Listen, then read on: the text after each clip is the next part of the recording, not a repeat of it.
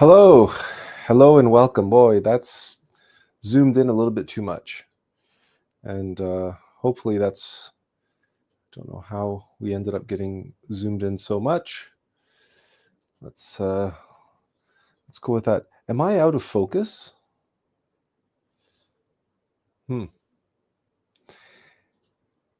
Well, we have some.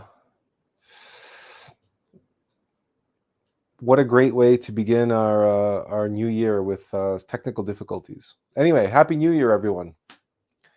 Nice to have you here at the beginning of a new year. This is our 5th season together. Well, you might not have been around for all 4 previous seasons, but I've certainly been here.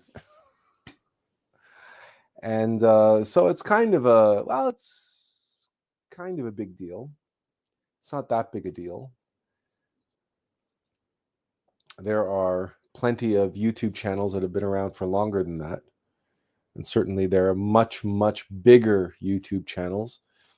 But as you know, I'm not here seeking those kinds of numbers, and right, it's not quantity, it's quality that we're after. And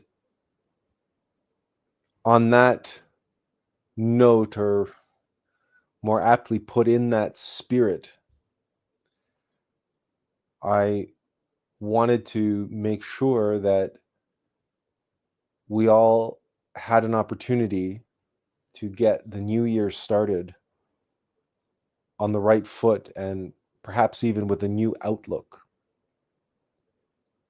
based on some insights which I have received even in the last 72 hours, when, as you know, that is not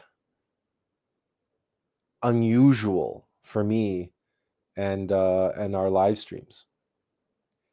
As you know very well, the announcements for these live streams come very often less than 24 hours before the live stream. So, and I've expressed many times how the reason why I can't tell you a week in advance, or even a couple days in advance, what the topic of the live stream will be, is because I haven't been given it. I haven't received the topic yet. I don't know what I need to share with you on Sunday at 2:00 in the afternoon. And because I don't know in advance, I can't possibly, create a thumbnail and a title and a theme and a description, because I don't know what it's going to be. And that's very often the case. That's usually the case. It's not that it doesn't enter into my mind throughout the week what we could be talking about, or what topic, but it's very much,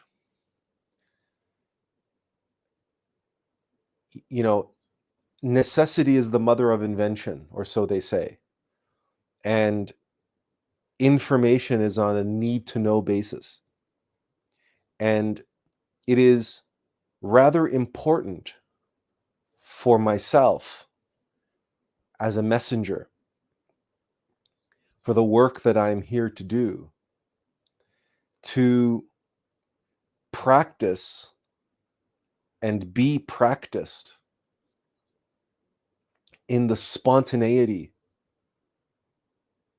of the moment.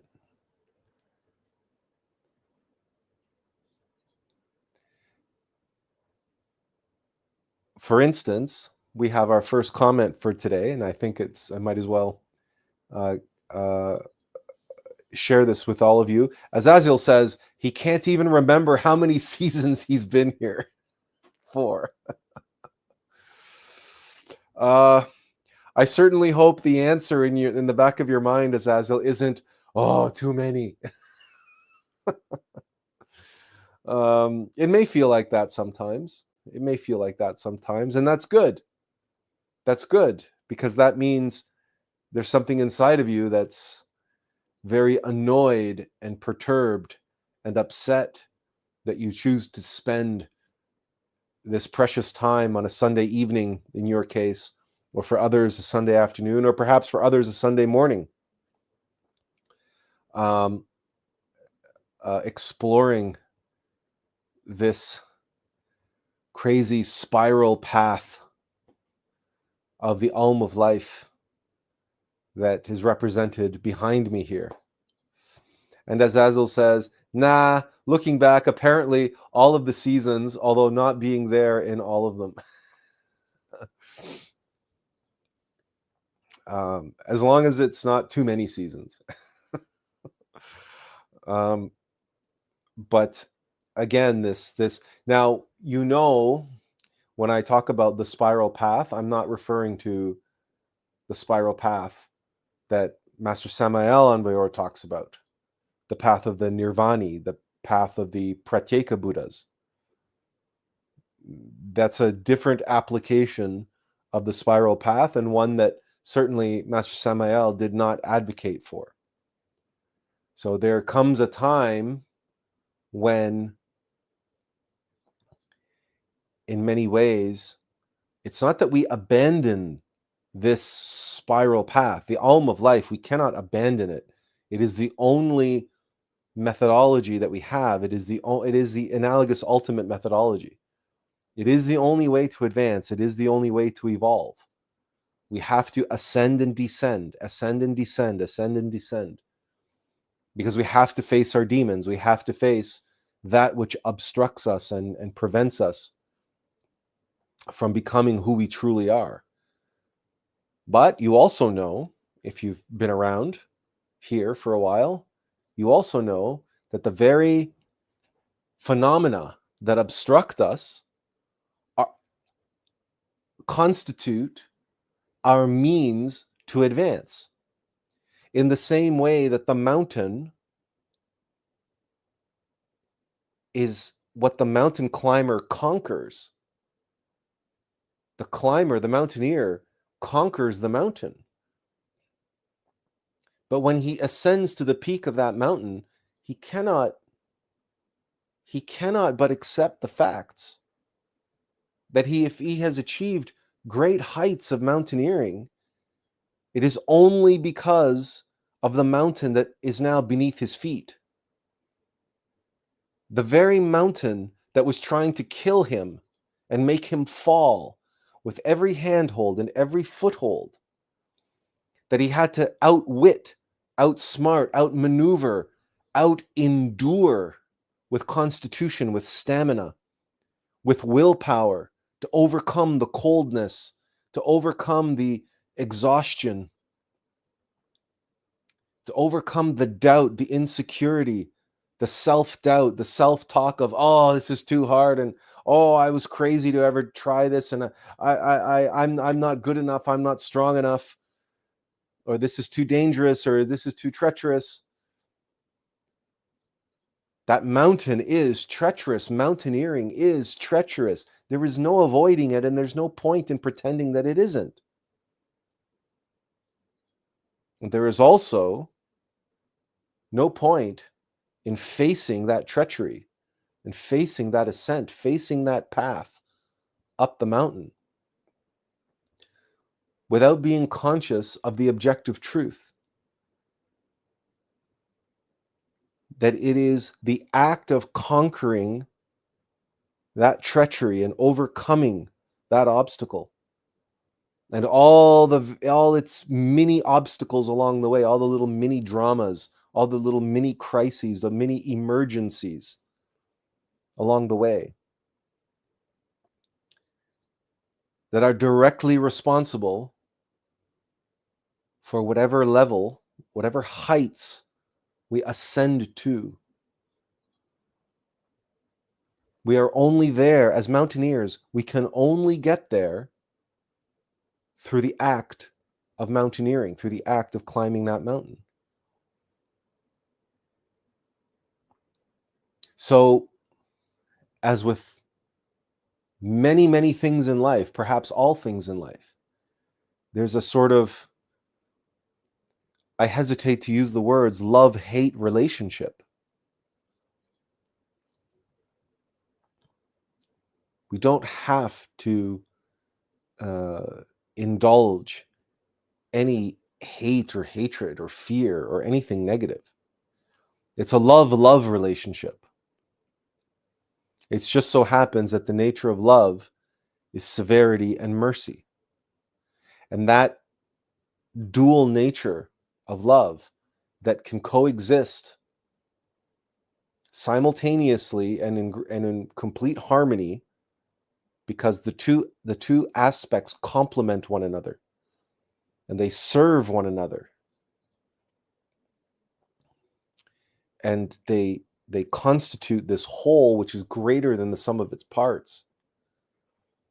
It's the severity and mercy of the Aum of life that says with every revolution we have to descend into hell, the severity of looking at ourselves and looking at the causes of suffering within ourselves, that which causes us and others suffering, our defects, our vices, that which obstructs and obscures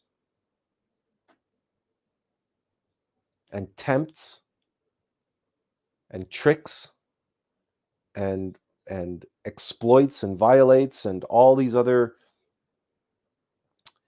functions of mechanical nature.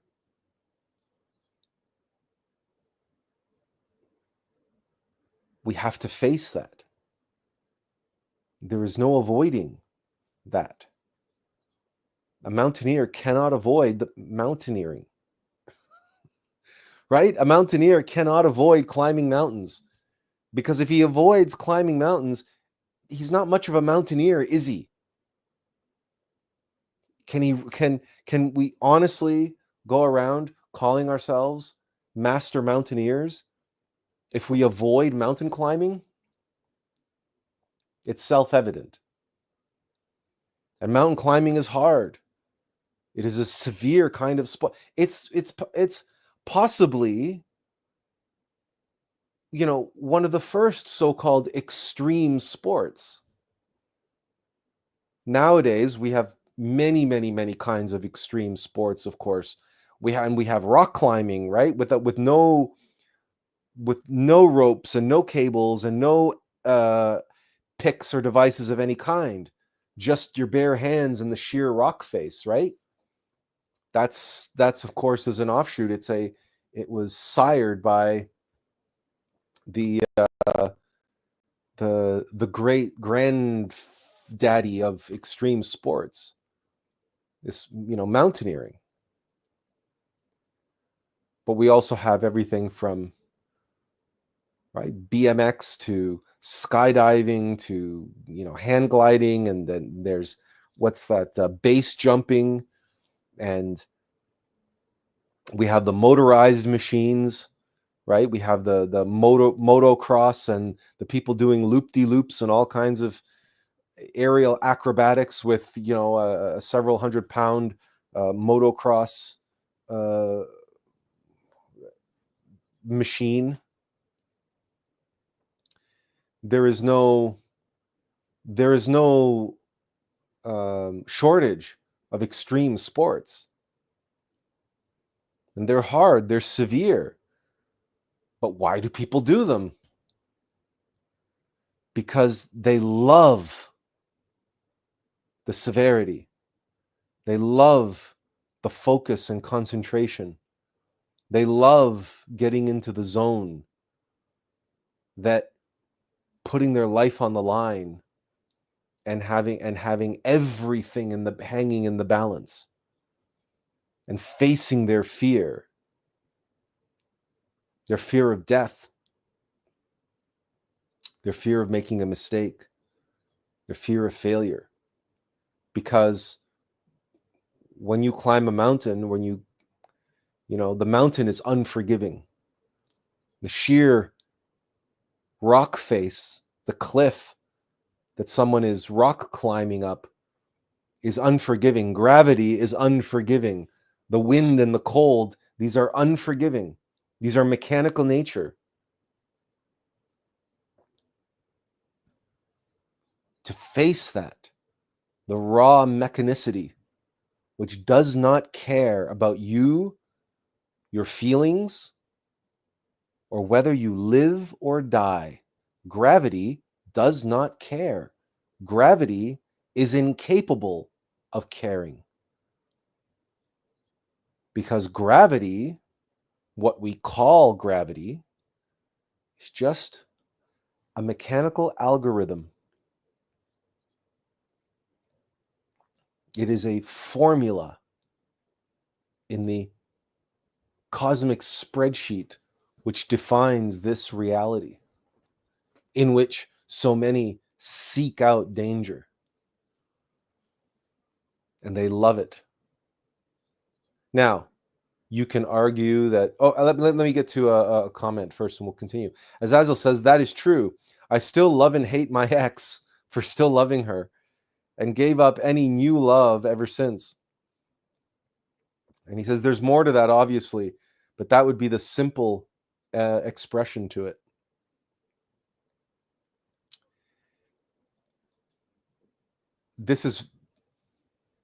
There is probably no greater extreme sport than that of relationship. And the reason why that is self-evident to everyone who has had a relationship of any kind, particularly romantic. But just as assuredly, the intensity of relationship that comes with, for example, family. How many people do you know of have picture perfect family relationships like those depicted on The Cosby Show or Family Ties, or any number of sitcoms from the 80s and 90s? Yes, sure, they had their little family dramas on TV, and yes, they had their little disputes and so on. But everything was always peachy keen at the end, and they all got back together and made up, and et cetera, et cetera. You know as well as I do that families like that are so rare, and I'm not saying that the average family is more like, Married with Children, if you're familiar with that show, or All in the Family, or Red Fox's show from the 70s. I'm really dating myself now. I don't know how many dysfunctional families have been on TV in the last 20 years because I haven't really watched TV much. There was The Big Bang Theory, but that's not really a family, but it was a family of friends. And there too, there was a lot of backstabbing and conniving, but they all made up in the end. You might say that was a bit of a dysfunctional group of friends. Then there was the show Friends that everybody, I don't know, dreamt of. This was their utopian vision of what a group of friends should be. But there's no greater extreme sport in terms of human psychology and the human condition than the challenge to get along with one another and to beget something together with others. It is a great challenge.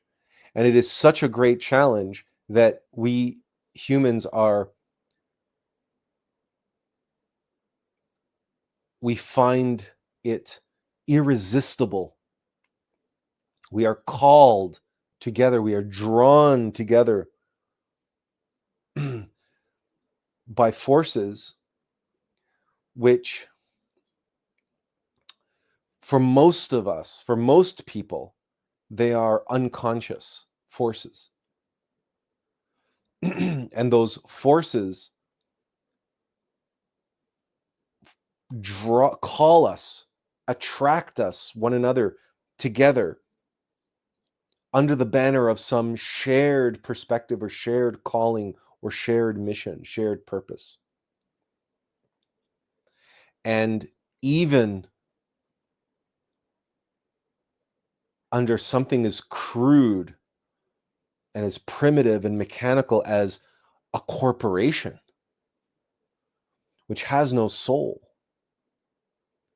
But what enlivens it and what animates it is this common shared vision of those who have come together under the banner of that heartless, soulless entity called a corporation, which has somehow swindled its way into the legal system as an entity, a legal entity under the law. It's a person. A corporation is a person under the law. Imagine that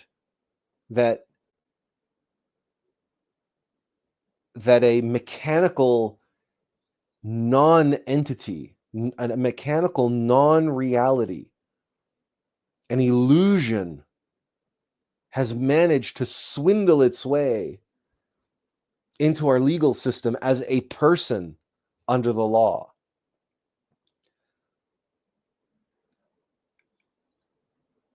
And it is comical. It's as comical as it is tragic that corporations cannot serve time. Corporations cannot do community service.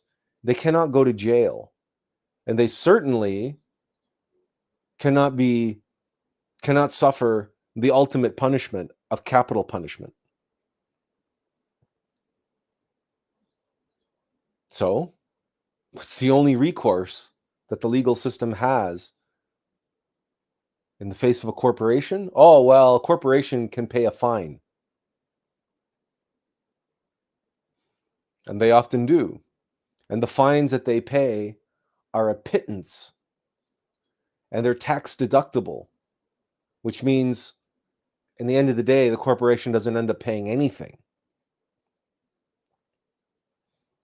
But it's a way to give the appearance that corporations, as a person under the law, can be held accountable.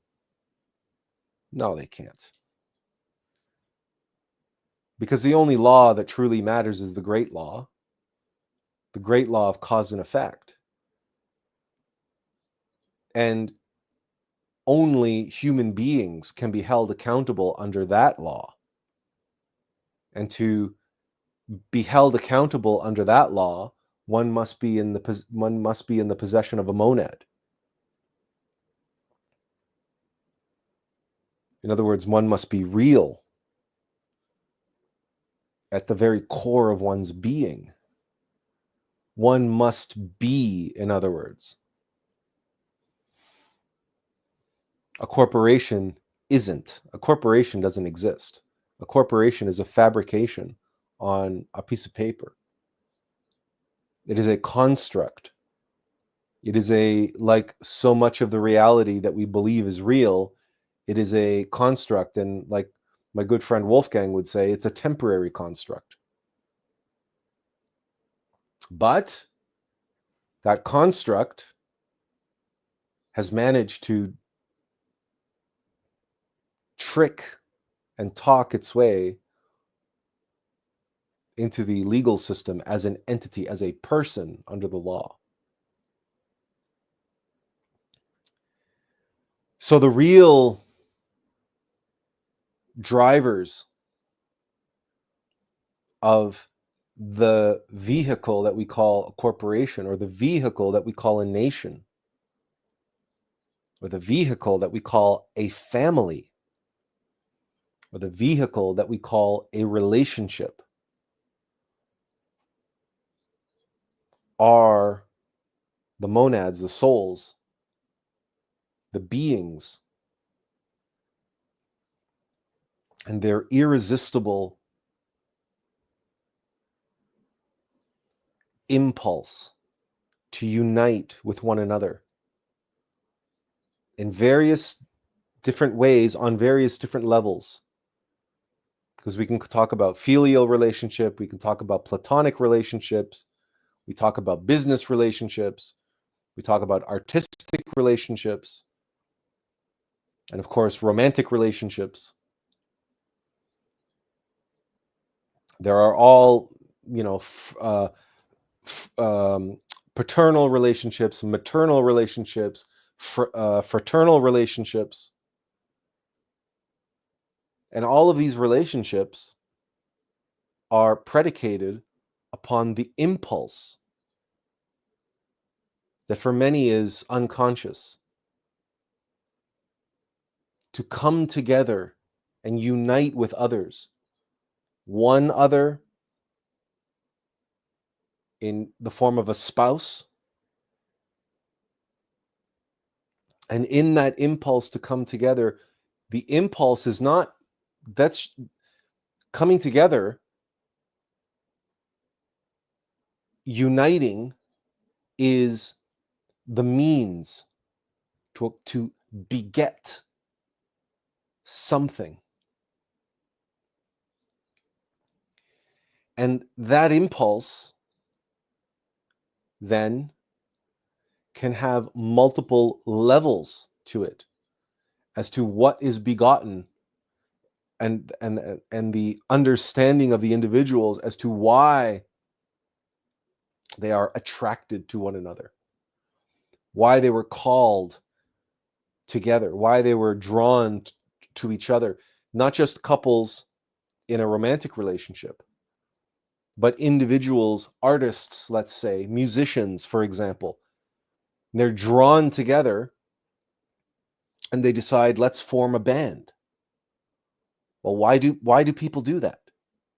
Why don't artists, as musicians especially, why do they not just perform solo? Why do they come together and then name themselves as a band? They give rise, they give birth to this new entity called our band.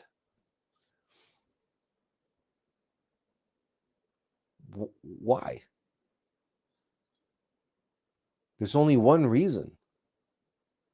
There's only one reason. And that reason is to create, to beget something.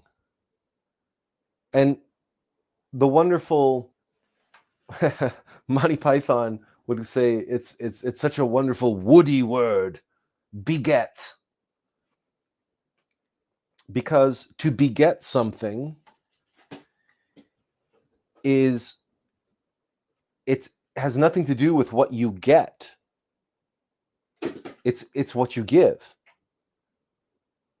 And that's the irony of that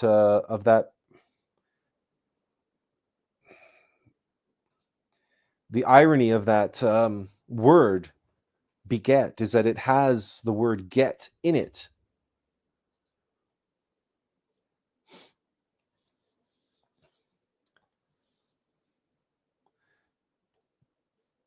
But it doesn't mean to get what you take, what you get out of it.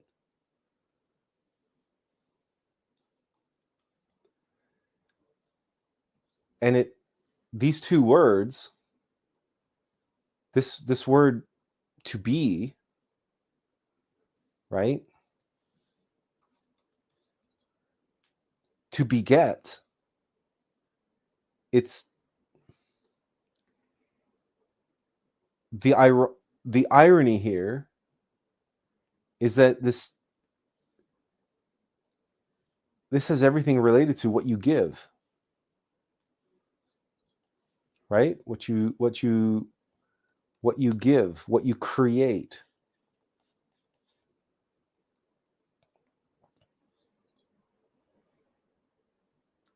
What you sire.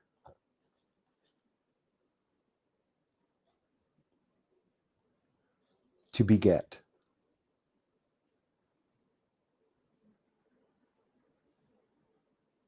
And whatever it is that you give, that you create, that you sire, that you share, we can use all sorts of words, but this is something that is born. And so we have those verses from the Bible that use this phrase to beget, and the first begotten son, for example. And so begot sons and begot this and begot, it means giving birth. So it's not just anything that you give, but anything that you create, you give birth to.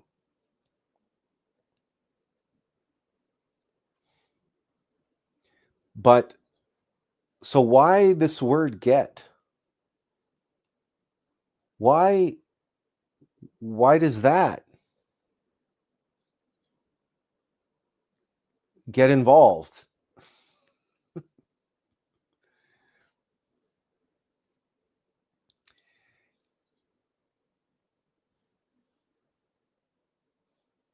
And that's the hidden secret. Because even we have that expression that I just said, right? To get involved.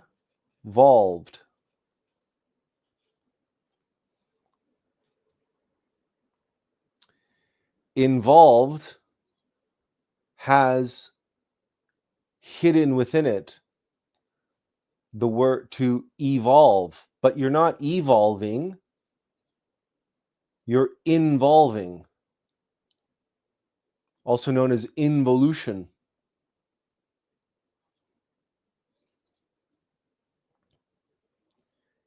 When you get involved, you are becoming a part of something else.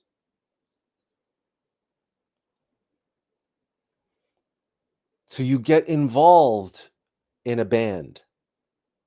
You become a part of that band. You become a part of that relationship with your spouse. What do? You beget children.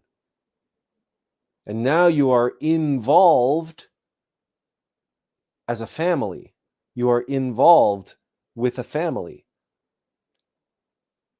And that family evolved, was born from, was begotten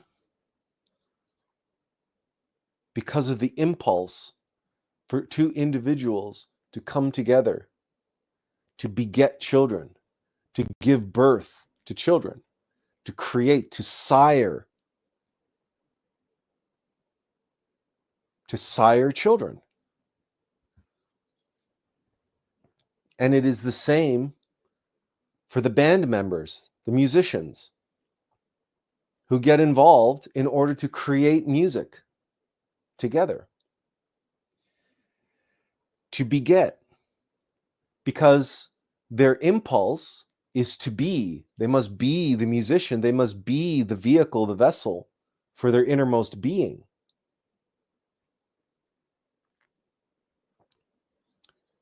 But there is this, but to beget something, to sire, requires that we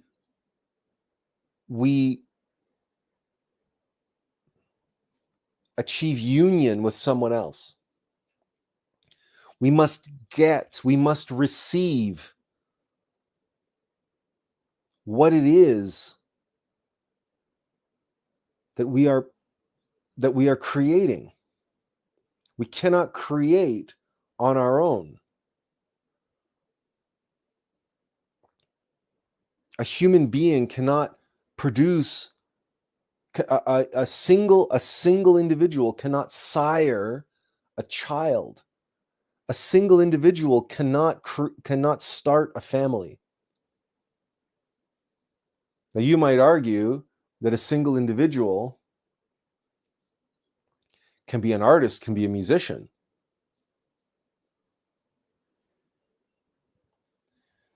So where is the get in that? Well, does not an artist, any artist, even a single artist, working alone with his paints and his canvas, does he not get inspired?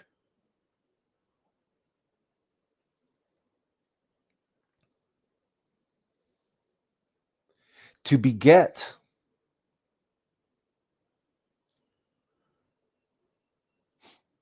one must receive. One must get in order to be.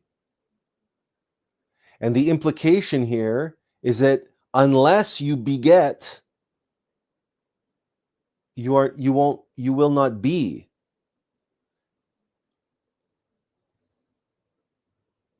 Because until a person gets inspired, until an individual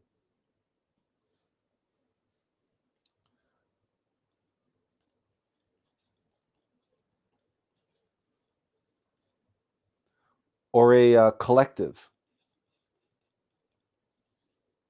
so this is 1 or 2 plus, until an individual gets inspired or a collective gets involved with one another, they cannot beget, they cannot create, they cannot sire. Think of the individual. He has his canvas, he has his paintbrushes. Is he an artist yet? Is he an artist? When can he call himself an artist? When can he call himself a painter? When can you call yourself a musician, a composer, a songwriter?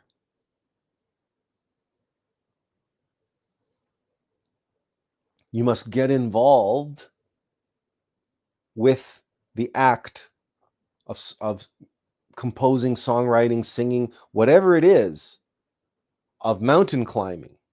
As I said earlier, to call yourself a mountain climber, to be a mountaineer, you must get involved in the act of mountaineering. You must experience, and more than just experience, you must create the accomplishment of that experience. To be one who performs, who gets involved with. But before you can get involved, you have to get inspired. You must receive the impulse, do you not? Who goes off and climbs a mountain without receiving the impulse to do so? Without who becomes a musician or a singer or a songwriter or a poet or a painter or a performer of any kind, an actor, a filmmaker, director, who does that without first getting inspired?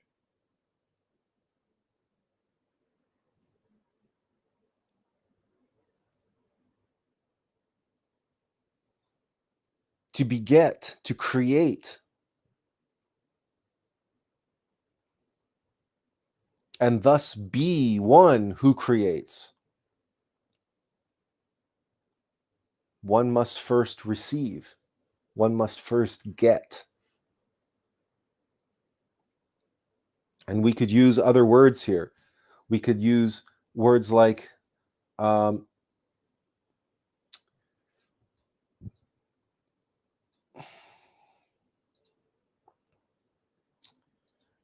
let's see if we can, let's use this one. We can use words like, right, get imagination.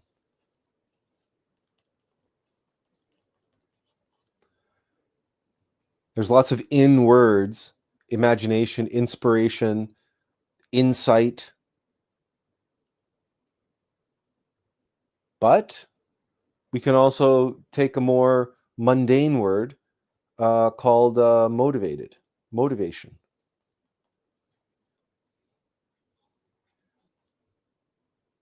We can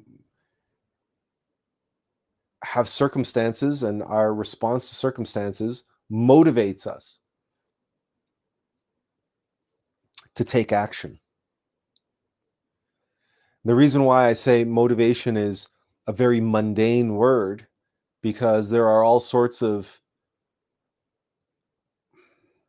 impulses that can motivate us. We can be motivated by mechanical impulses as well. Hunger, pride, greed,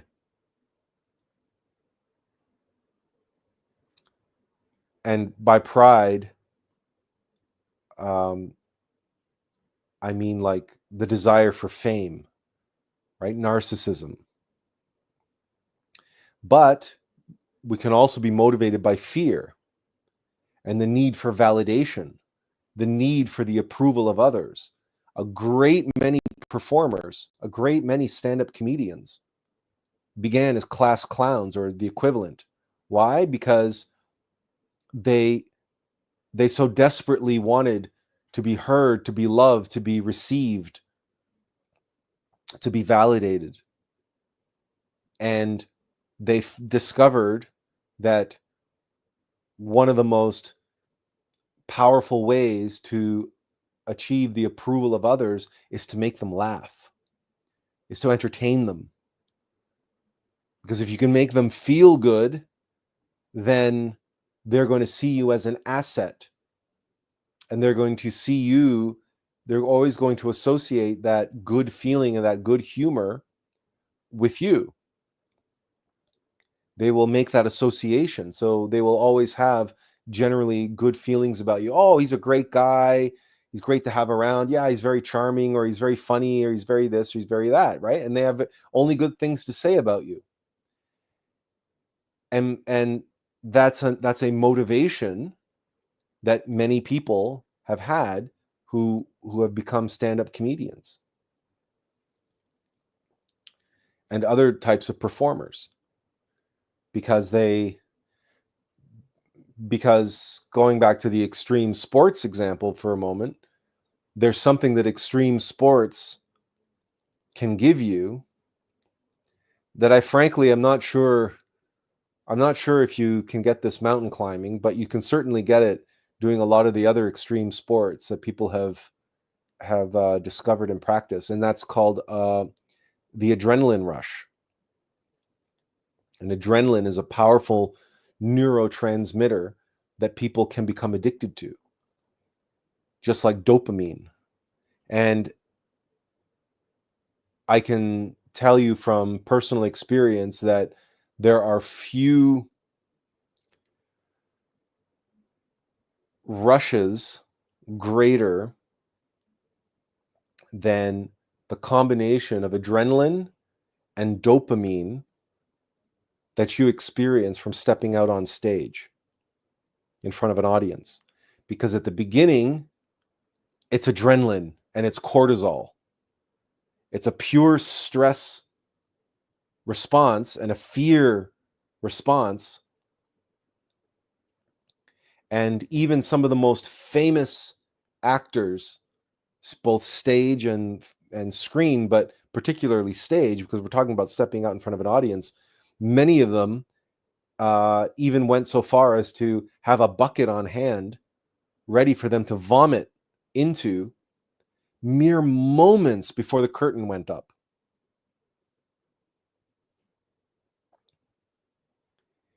And yet they faced that fear. And I can tell you, the moment you step out on stage, the fear vanishes. And all that is left is this adrenaline, and then the dopamine rush that comes when the audience stands up and applauds your performance. That outpouring of approval, of appreciation, right? So there's this unbelievable like roller coaster of endorphins and neurotransmitters and neurochemicals that it's this crazy wave that you ride each and every time you step out on stage to the end of the performance. And then, of course, if your performance is received positively, then you also have the after effect. You have the after party, you have the next day, you have the positive reviews, you have the adoring fans, and all the rest of it that goes along with that. All of these, right, constitute and come together and can create a powerful, powerful chemical soup and emotional, psychological motivation. And you see that a lot. You see that a lot. A lot of people in Hollywood and elsewhere, even though initially they may have had inspiration and they may have had a being impulse to beget, to create something beautiful, magical, but so many of them, where do you see them ending up? I mean, just for the sake of working, for the sake of surviving, or for the sake of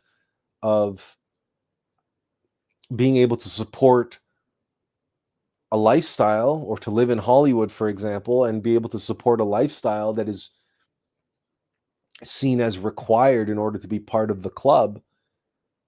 You see actors, for example, taking on roles that have no merit from any sort of spiritual, psychological, or artistic perspective. It's just the lowest form of base entertainment, base indulgence of animal impulses. It's the equivalent of someone who went to culinary arts school with the dream of becoming a Michelin star chef, or who ends up working for McDonald's or working for another one of these chain restaurants, creating whatever dishes that are then going to be pumped out on an assembly line to hundreds, if not thousands, of restaurants, sent out in frozen version to be microwaved or heated up in the oven or whatever. It may have began in them the impulse to be an artist, to be a chef, to be a culinary master. But in the end, they succumb to the other motivations, to be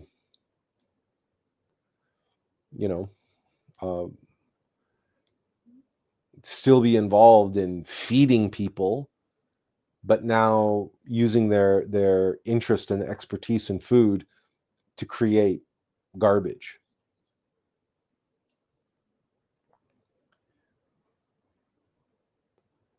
Because to beget, to create, we have another expression that relates to all of this. And we're going to go back to red for this, I think. And that's this.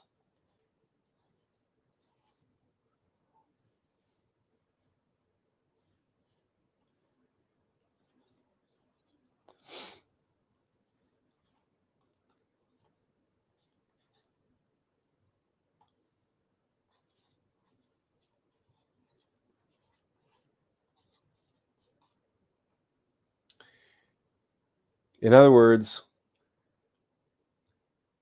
what you create is directly related to what you get, what you received. What you beget is dependent on what you get, or more aptly put, from whom or from what did you get it? What was the source?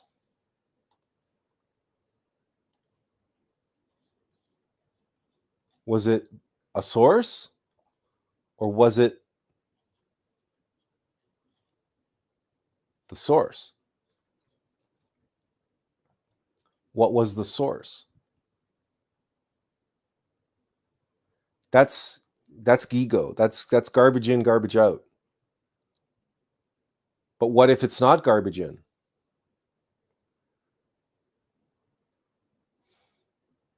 But your output, what you beget, is dependent on what you get. What goes into the process determines what comes out of the process. There is only one case. There is only one phenomenon that allows us to transcend this. And I'm curious if you guys can guess, or if you can intuit more aptly, what that phenomenon is. Because there is a phenomenon, there is a case where you can take something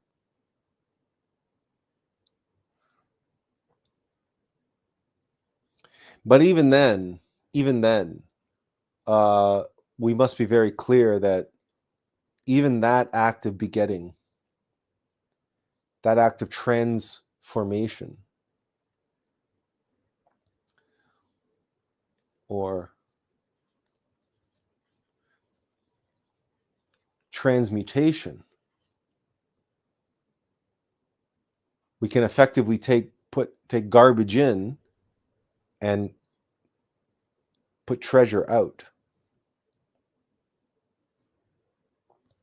The other word, of course, for this is alchemy.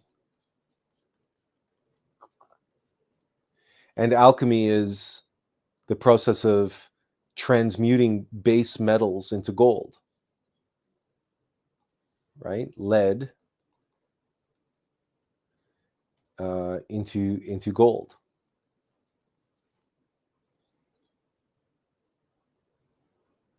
So garbage in, treasure out. But the process by which we do that must involve an aspect that a higher aspect.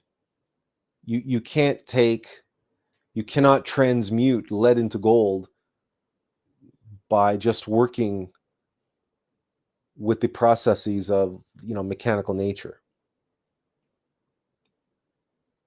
Alchemy does not take place mechanically.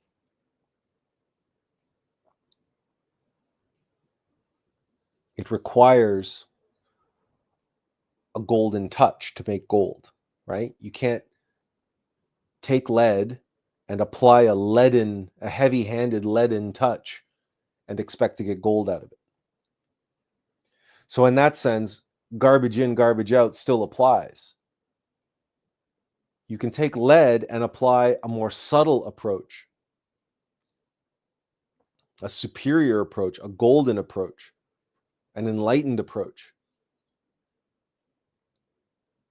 And working with those base substances plus the substances that are transcendent, the salt, the sulfur, the mercury, the water. And in that alchemical laboratory,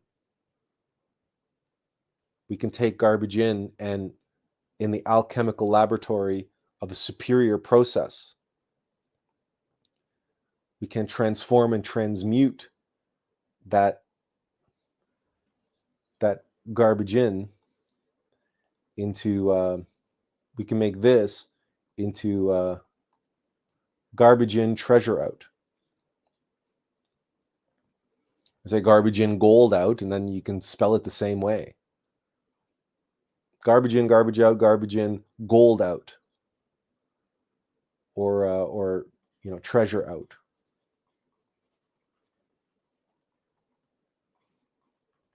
That's alchemy. That's transmutation.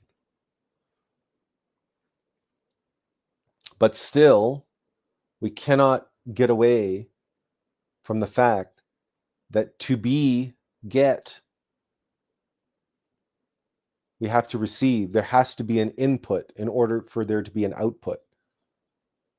And yes, the output is transformed in some way, and it's something new. It's something novel. There's novelty there. There's originality there. This is something that's born anew.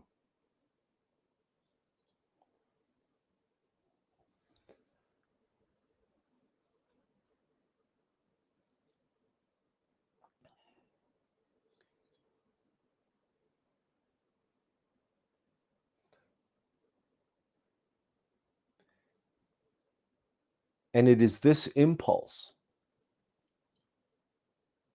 to beget that attracts human beings to one another. Because the impulse, for example, for a man to become a father, to have a family, to sire children, requires a mother. And that same impulse for a woman to become a mother requires a father. Well, okay, nowadays, fine, it just requires a fertility clinic. And that's a sad and tragic shame that exists. Because a true family has both the masculine and feminine forces in it in order to beget children in a healthy environment in which to raise those children. I don't want to open up a can of worms about divorce and single mothers and broken families and all the rest of it, because of course there are many different arrangements and circumstances that have affected families and still do so. But in principle and in simplicity, the band members, the musicians, in order for them to be able to create the music that they know is within them, to beget, because they've received the inspiration, they've received in their imagination the tune or the this or the that or the other thing, right? They need to receive from the other band members that which alchemically transmutes and transforms and combines and complements and cancels and fills in the blanks and all the different possibilities, all the different possible permutations and combinations of when you bring pieces of the puzzle together. You bring these ingredients and you throw them into a cauldron, you throw them into the pot, you heat the pot with the fire of passion, and you stir the pot, and lo and behold, what comes out of the pot? Perhaps one of the most delicious stews ever created. And that's when it's really cooking. And when artists, musicians, for example, or improv actors on stage, or sketch comedy artists writing and rehearsing and workshopping new skits together, or writers workshopping episodes for television or a film script together, or actors on stage rehearsing scenes together. And when they bring what they have to the table and they start, workshopping back and forth with one another, it's like a tennis match. You serving the tennis ball into their court and they're responding with a backhand or a forehand or a smash or a this or a that. It's like fencing, it's like dancing, it's like anything that involves two or more people coming together to get involved, to get engaged with one another. And it's interesting how it's the same damn word, engagement, like a wedding engagement. Why do people get married? Well, they get married to have children. They get married to start families. They get married to sire. And it's this fiery passion inside of artists that they feel the same thing, to be inspired in order to sire.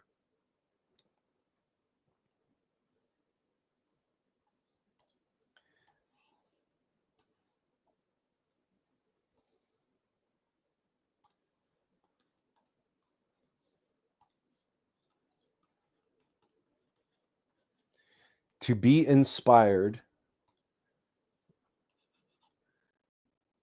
in order to sire. And this clearly, this word, inspired, clearly the source of that is spirit. But the word spire itself, right, refers to the tower, the pinnacle of a tower, right? A spire, the highest point. That's why we call them spires.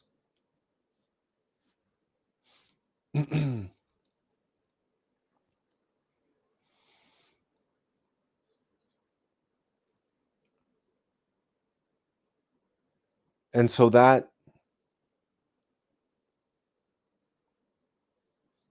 is this whole relationship, the relationship of impulses within us that leads to relationships that are productive, that are creative, that beget in the world, that bring into the world, that create, that allow us to sire.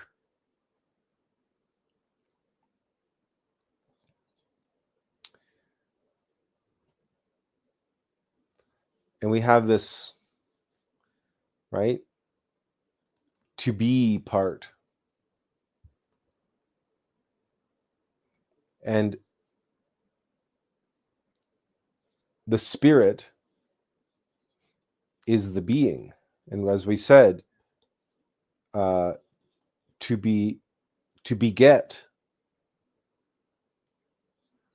I guess I'll, whoops. No, I didn't want to do that.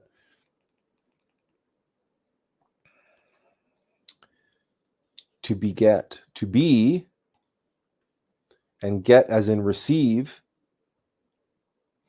And when you put those two things together, you create. That's the begotten, that's the siring.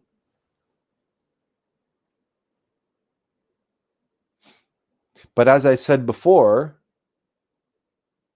in order for you to be an artist, in order for you to be a musician, you have to first get involved and get inspired and get active.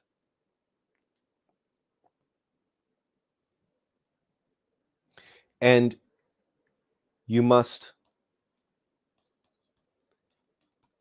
believe.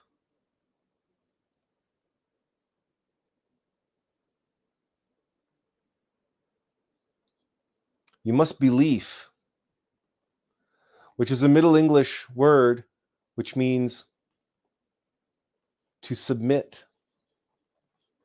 willingly.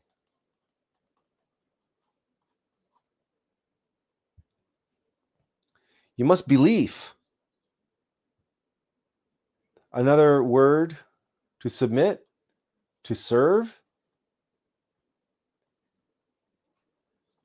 to surrender.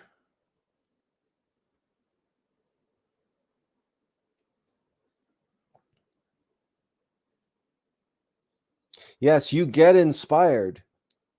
You get imagination.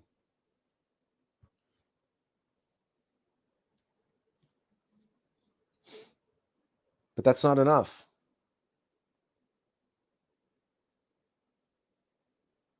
that vision, what you receive, that impulse.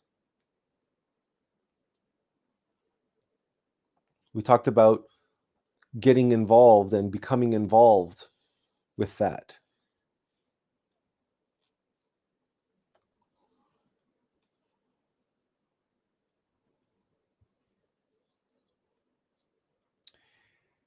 To serve or submit or surrender willingly, we can say that all of this, the Middle English, to believe, to leaf,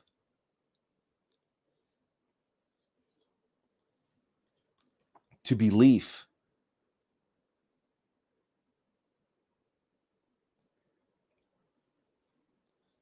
we can say you must devote yourself.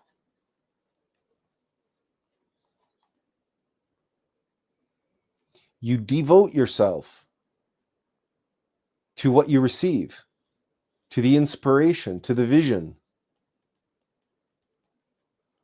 or the task, or the work, or the mission,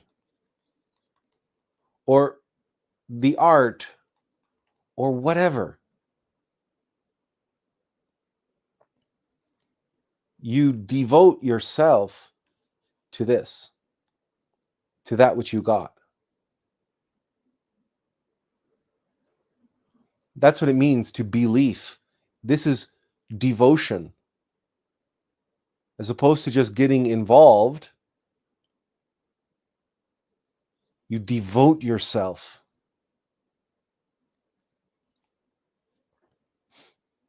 Now that's an interesting word. Devote. You guys in the States had an election not too long ago. And we in Canada, thank God, who should be heading into an election in not too far off in our future. Touch wood. And hopefully in that election, if he doesn't resign ahead of time, in that election, we'll have an opportunity to devote Trudeau. But isn't that interesting? Isn't that interesting? That devotion comes from the root word meaning to devote. To devote yourself. Now, if voting for yourself puts yourself into a position of power, into a position of authority, as one might surmise, like in the movie Pirates of the Caribbean, at World's End, when all the pirate lords get together and vote on who will be the new pirate king, and there's never a pirate king because all the pirates always vote for themselves, until in the film Captain Jack Sparrow surprises everyone by voting for Elizabeth Swann. And in doing so, he devotes himself.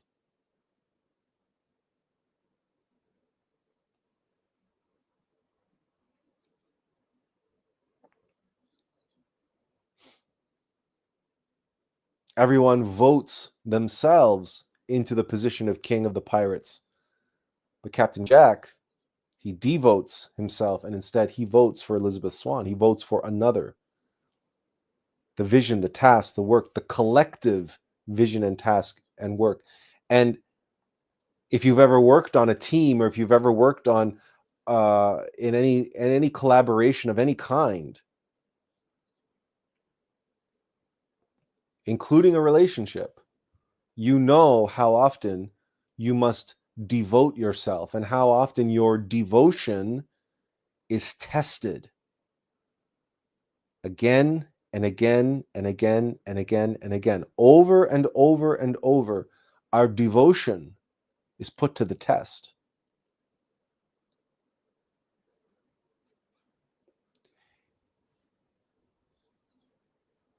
is not devotion, the act of devoting yourself. Can we not call this humility?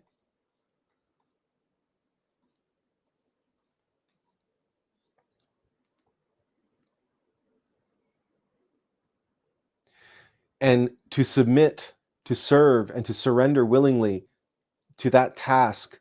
And remember, that task is to beget, to sire.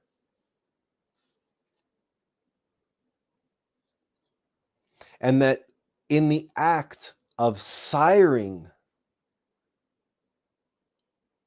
when we create, when we accomplish, when we achieve, when we beget, when we manifest the vision, the task, the work, the mission, the art, when we succeed because of humility and our devotion to submit willingly to that vision, to that impulse, to that drive, to do what it is we are here to do, and thus, in the doing of that, we become.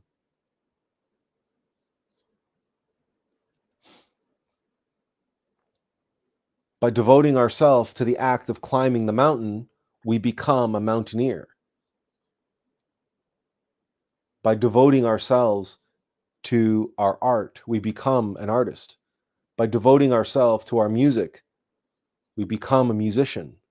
By devoting ourselves to the band, we become a band member, possibly even the band leader. And by devoting ourselves to the people, we become a great servant of the people, potentially. Perhaps even a representative or a leader of them, because of our devotion, because that's the true nature of leadership. True leadership is the utmost in humility. To submit willingly to the will of the people, right? That's what democracy is supposed to be, ideally.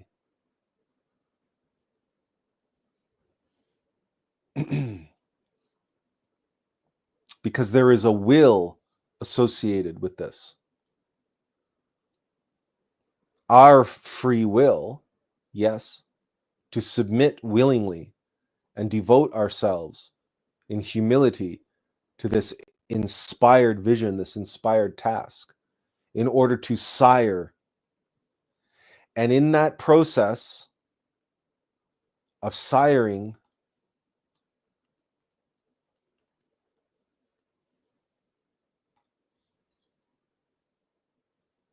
we can be sired.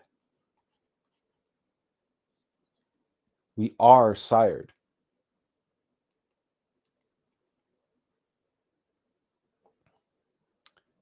All right, that's a B. We can be sired ourselves. Right? And the example again, in the process of climbing, we can be a climber, one who climbs, one who devotes themselves to the extreme sport of mountain climbing, or to art, or to music, or to our family, to our spouse, to our children. But we devote ourselves.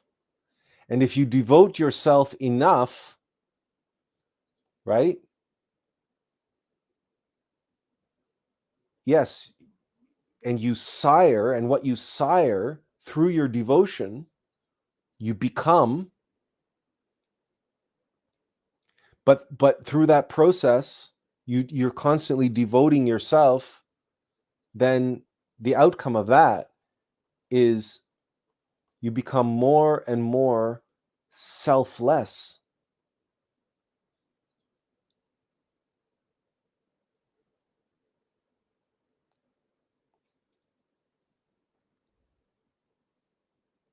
To be sired,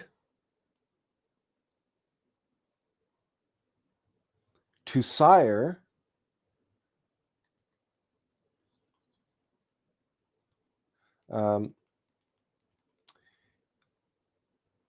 okay, Benjamin has a comment here, and then we'll continue in a moment.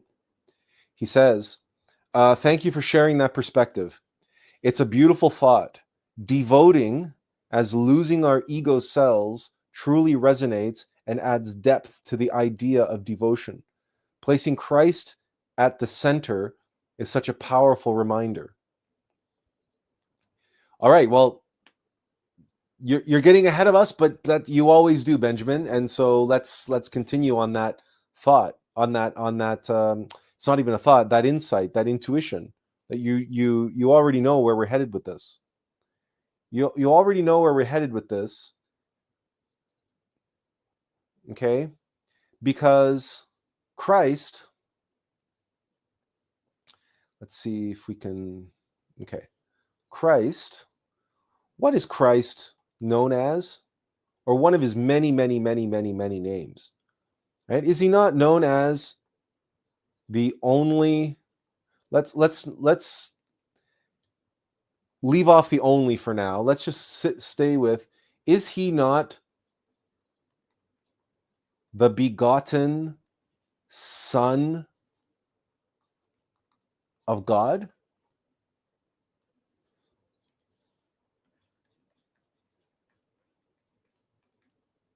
Is he not known as the begotten Son of God?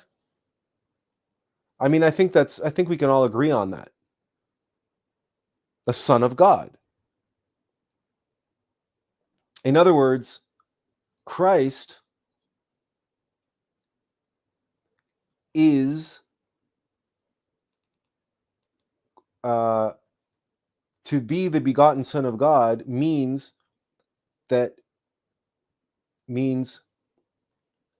to be sired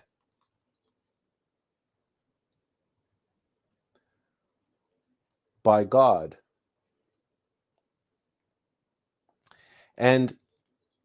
But not just God, but also, right, the Holy Spirit, the source of inspiration. And the Holy Spirit as masculine and feminine, the Holy Spirit is also the Divine Mother.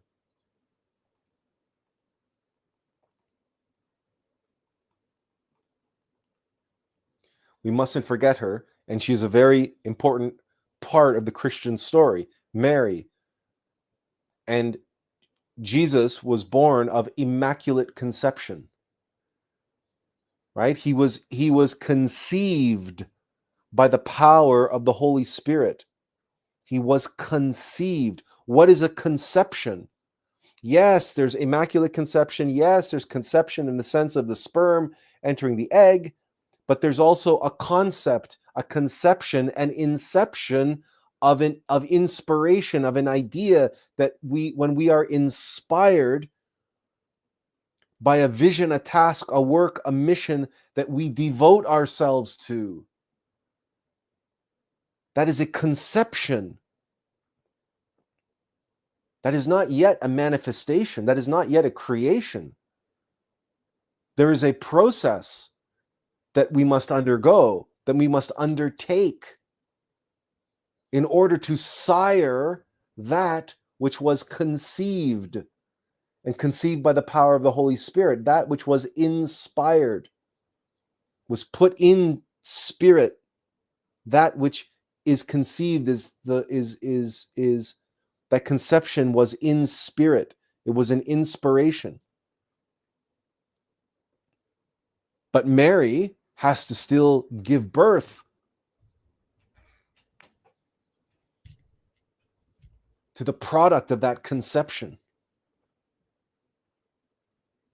That manifestation is a process, and that child must grow up. It must be nurtured. He must be taught. He must be disciplined. He must be mentored. He must be given a framework and a foundation. He must be given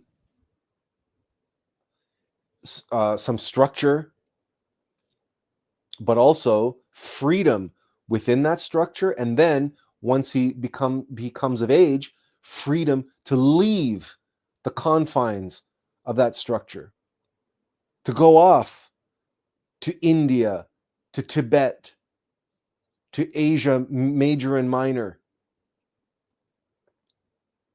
and explore and learn and discover.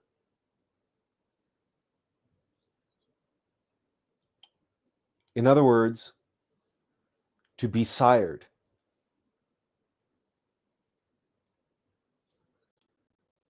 To be sired. To become the begotten Son of God. Because God the Father,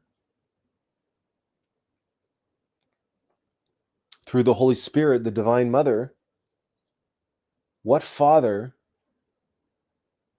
does not have the longing to sire? What artist does not have the longing to make art, to sire art? What creator does not long to sire creation?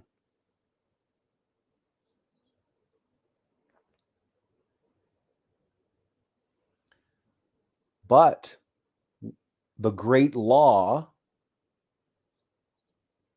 is the law of free will. And in order for us to sire according to the inspiration that we receive, we must submit ourselves willingly. We must devote ourselves in humility. And only thus can we sire.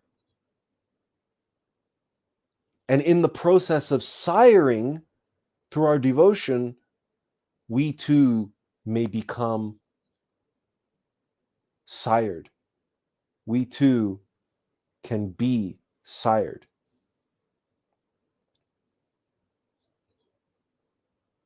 And what does that mean, to be sired? If the king sires us through the process of inspiration that we devote ourselves to, and in the process of devoting ourselves fully and completely, we become selfless in our siring of what the Holy Spirit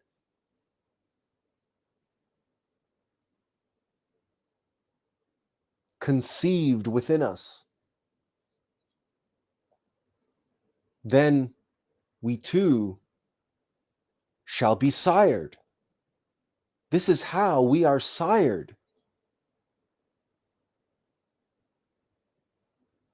If the Holy Spirit chose one sperm from the billion that was in Joseph, so that Joseph and Mary could practice white tantra, sexual alchemy, and transform the lead of lust into the gold of love, and literally make love. So having the union as a husband and wife are lawfully under the great law. They are married when they unite one another sexually. A man and a woman are married under God, under the Holy Spirit, under the great law when they have sex. If they do not have sex, they are not married. That's a fact. That's a spiritual, metaphysical, scientific fact. That's why marriages must be so-called consummated under the law. And if they are not consummated, they can be annulled because the marriage is not valid. A couple is not married. So it is impossible for Mary to have been a virgin as we understand the term. As someone who has never had sex, this is an impossibility. But this is also not the meaning of the word virgin, and the meaning of immaculate conception, and the meaning of scientific chastity has nothing to do with whether or not you engaged in the sexual act. It has everything to do with fornication. And if you allowed your, well, and if you allowed your lower natures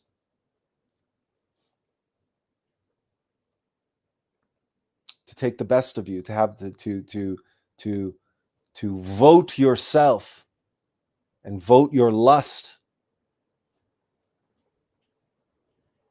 and vote the antithesis to being sired and to siring the Son of God,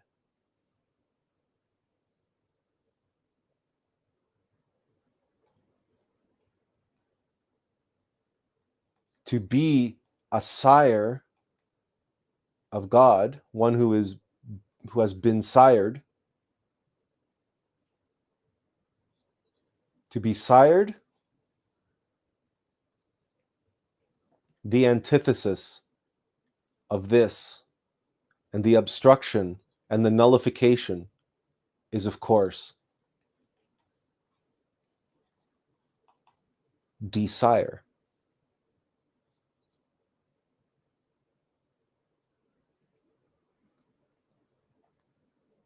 Fornication, giving into lust, pride, envy, greed, fear, anger, gluttony, laziness, that which desire us, that which puts that makes us selfish.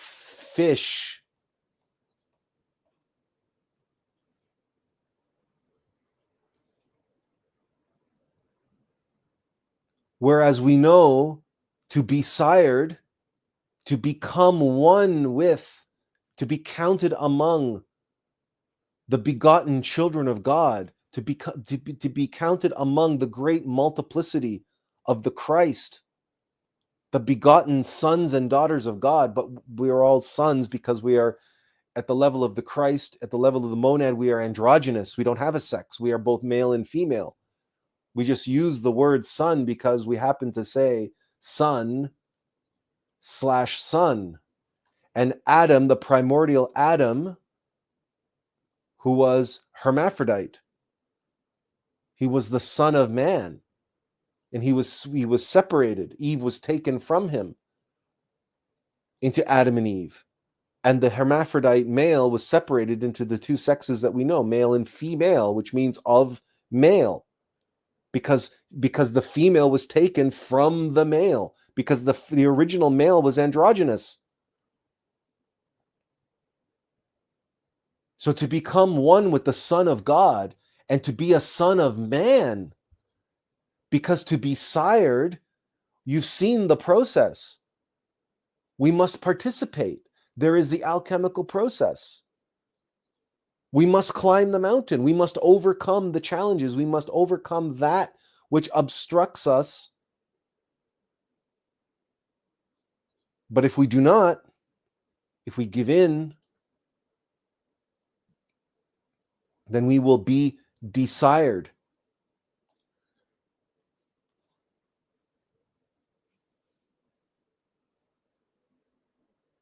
Instead of besired, desired. These words, this relationship, is not by accident. This is not some coincidence.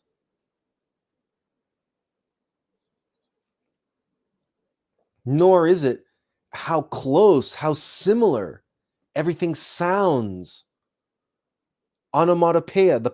Everything is sound. Everything in the universe is sound. In the beginning was the Word, and the Word was with God, and the Word was God. Is there any coincidence?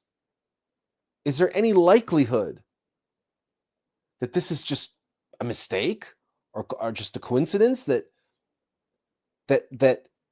ego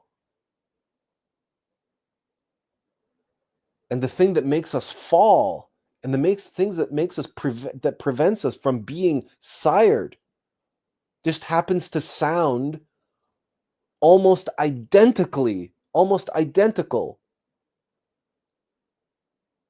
to its antithesis.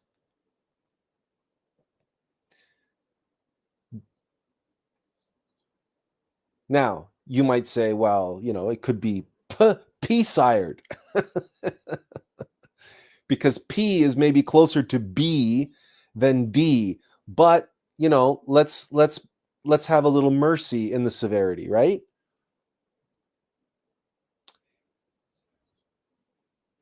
We should not neglect, despite the fact that everything is sound, we should not neglect to recognize runically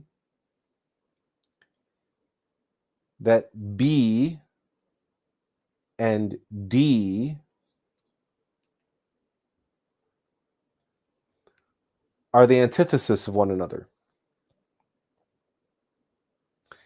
And together, dB, by the way, dB happens to be the abbreviation for decibel. Decibel, which of course relates to loudness, which relates to sound again. That's dB.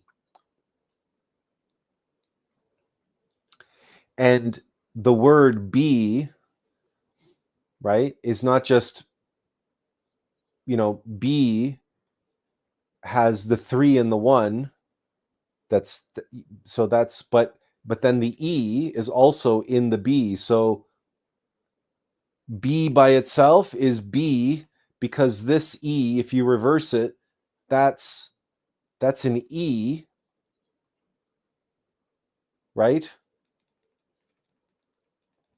And that E, that B, is the trident. That's the Trinity E. In fact, if you go back to the Latin origins of sire and desire, you do not find an I there. Because in Latin, I is not I is E. And you find this, for example, in French, that the word desire is not, it's désiré.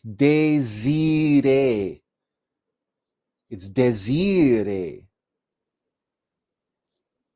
Because in French and in all Latin languages, C, like in Spanish, it's C is C, but it's spelled S-I.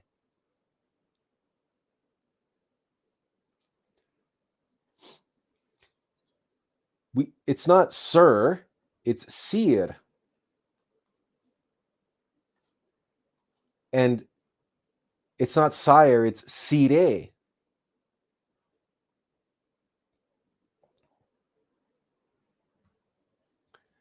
But there's some very, very interesting stuff that begins to happen, and we'll continue on in a moment.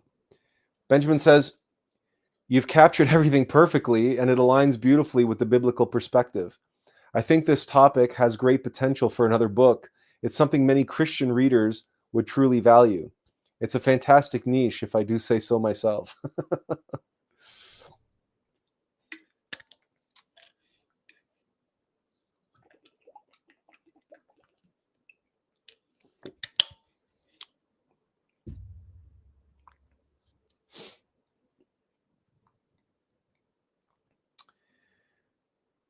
By the way, to help those Christians and those suffering from desire, the Christ comes to be what?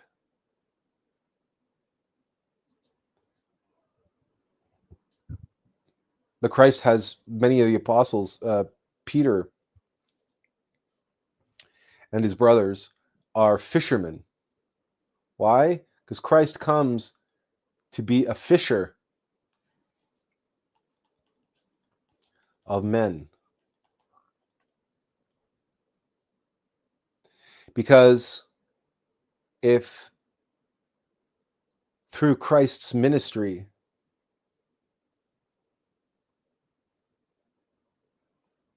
he can fish the fish and capture the fish in the net, then he can help. If he can, because what do you do with fish? You take them out of the water. You clean the waters. You clear the waters of the fish. You cook and clean and eat the fish. You sell the fish. If you sell your fish, you will be fishless. But if the fish that you're selling is yourself, and cleaning and eating and transforming and transmuting, then not only do you become fishless, you become selfless.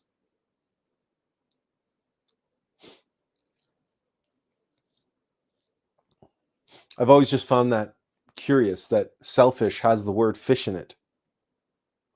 And fish school, they go with the crowd, they go with the trends, they go with the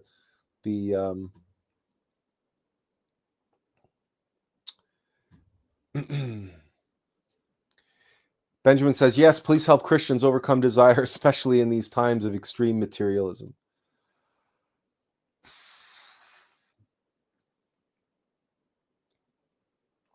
We're working on it, but I'm not here to be fishers of men. I'm here to be fishers of fishermen, and we'll get into that in a minute.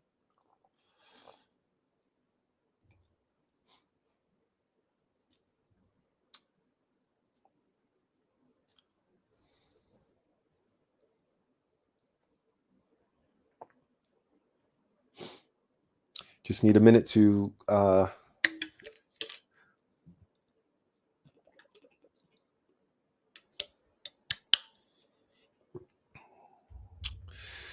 we really want to get into the S and Z and the two? We don't necessarily have to get into that at the moment. Let's follow up instead on this comment and this whole being fishers of men stuff, because there's more here. There's actually a lot more. We can keep going.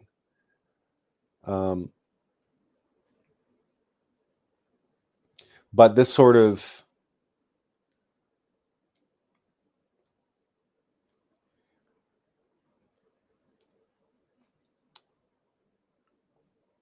linguistic analysis, we're really looking at language. We're looking at the word, the living, breathing word of God, and the sound and how the sounds work. So let's not, I will, but I do need to focus on one thing before we,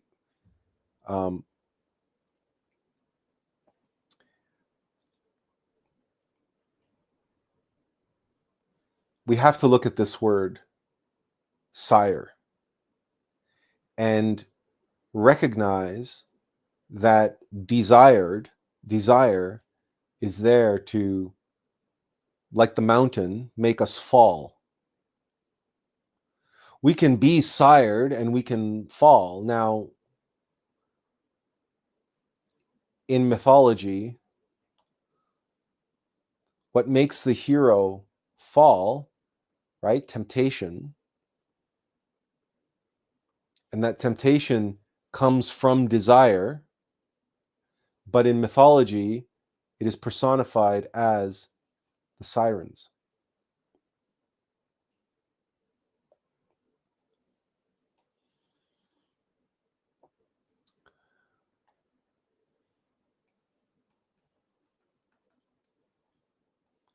The sirens.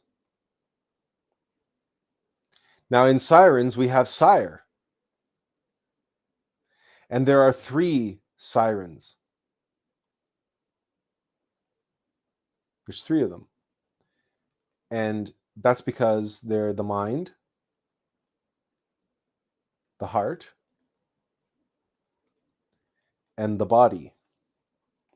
In other words, the 3 brains of the human machine. That's why there are 3 sirens. That same 3, that is that trinity, that is the E, but also if you put a line in it, it's also the B.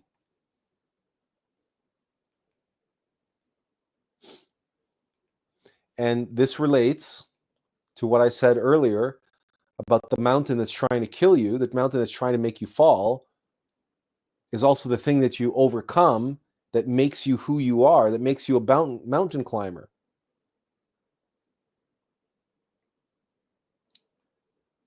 But desire comes to us as these sirens. Now,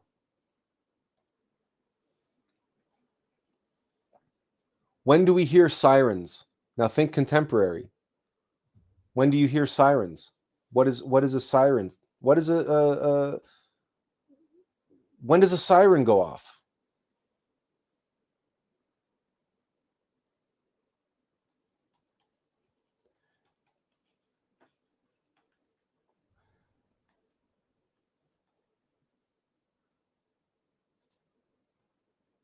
Right? Benjamin's got it, right?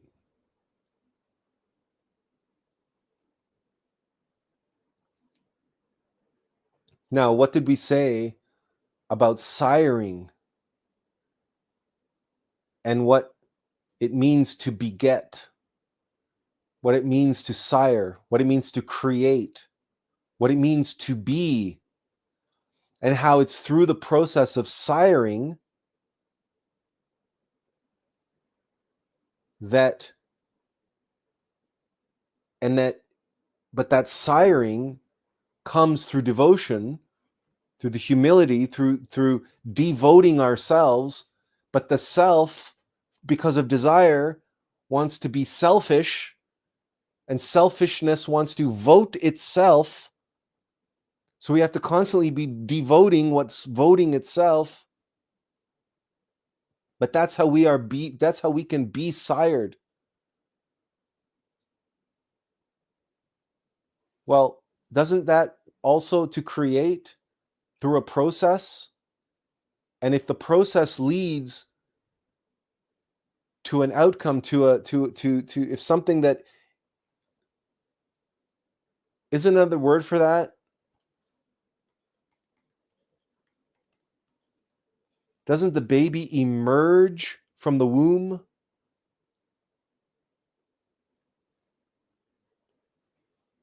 And isn't the process of giving birth, of creation, isn't that a process of emergence?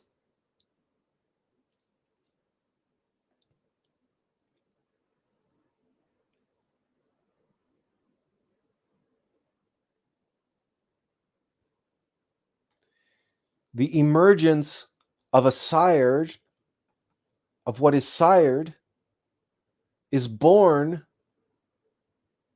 of the sirens of emergency. How does the word emergence become emergency and sire become sirens if they are not 2 halves of the same coin? It's like that meme about in Chinese calligraphy, how the words crisis and opportunity, those 2 characters, crisis and opportunity, come together. Or what is it?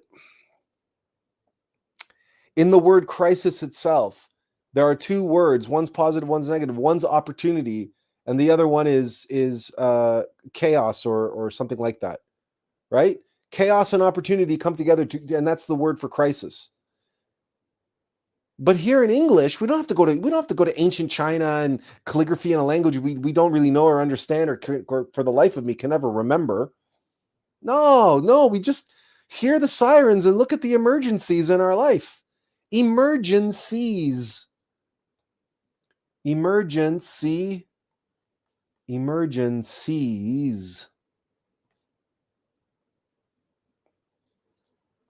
Do we not seek self-evident experiential knowledge?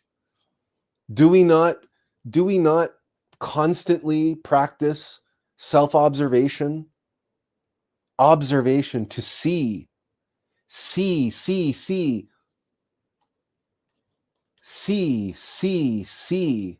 in Latin. Yes. To see what is. To see what is. Isis, the Divine Mother, the Holy Spirit manifest, the Holy Spirit begotten in the world of corporeality.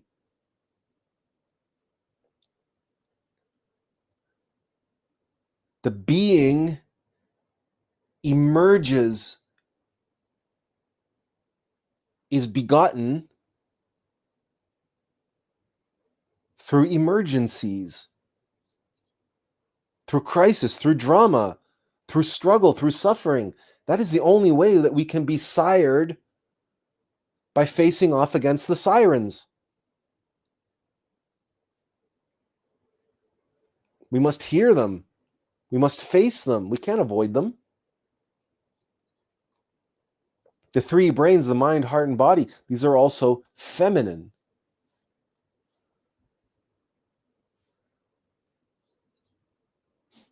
The masculine and the feminine must unite. They must dance.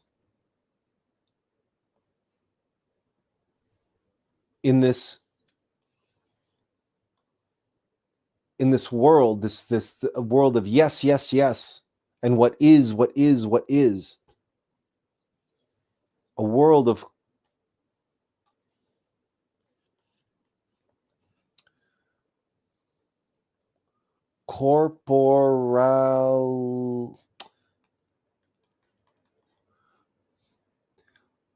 corporeality.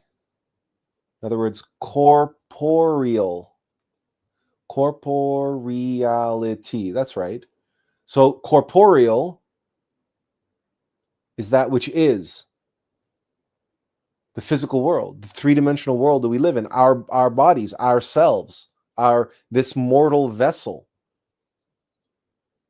Remember what I said about corporations earlier? Do we not notice the common prefix?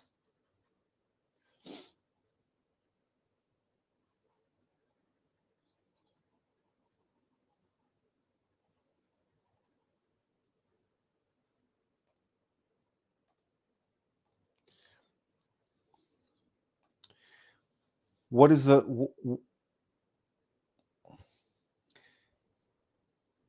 Benjamin Raphael says corporations are dead entities, as in from the word corpse. Again, you're ahead of me, but that's fine. Yeah. But what is a corpse? What is a corpse?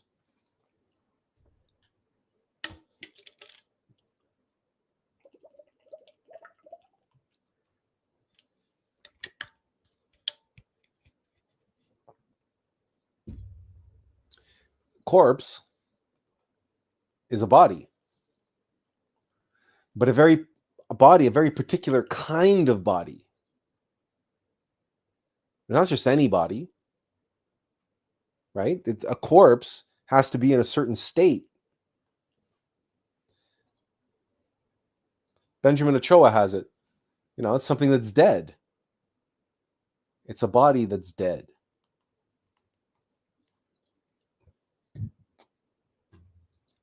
Benjamin said, it's a body that used to be alive. Yes, that's true. That's true. But now it's dead.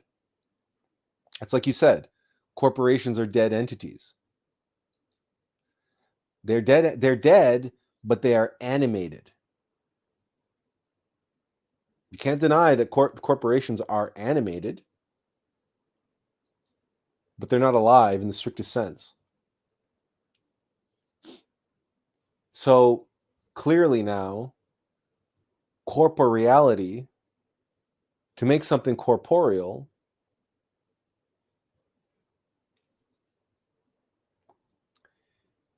and for that to work with corporeality,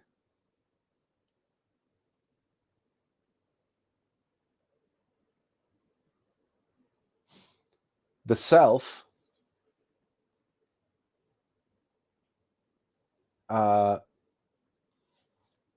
must be in that state. Is death, is this not the utmost of downvoting the self? Oops. Oh, and now it doesn't want to delete it. Okay, fine. Be that way.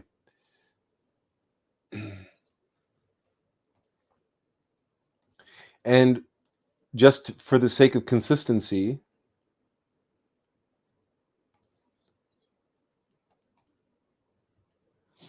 is death not the ultimate in devoting ourself?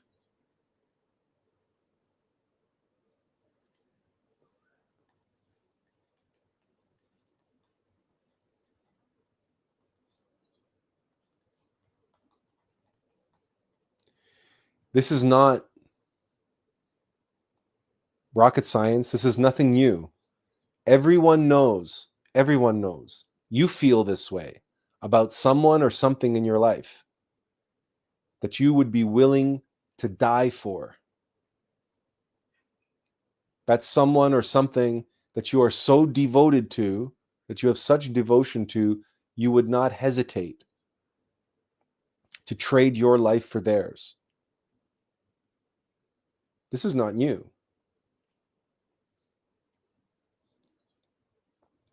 There's nothing revolutionary about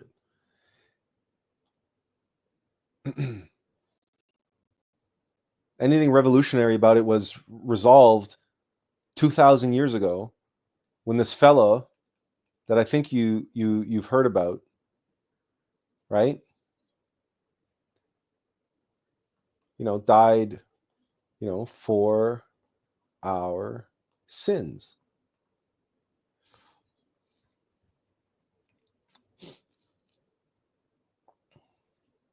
And in doing so, in his death, he was born, because every ending is a new beginning, which is the title of today's talk.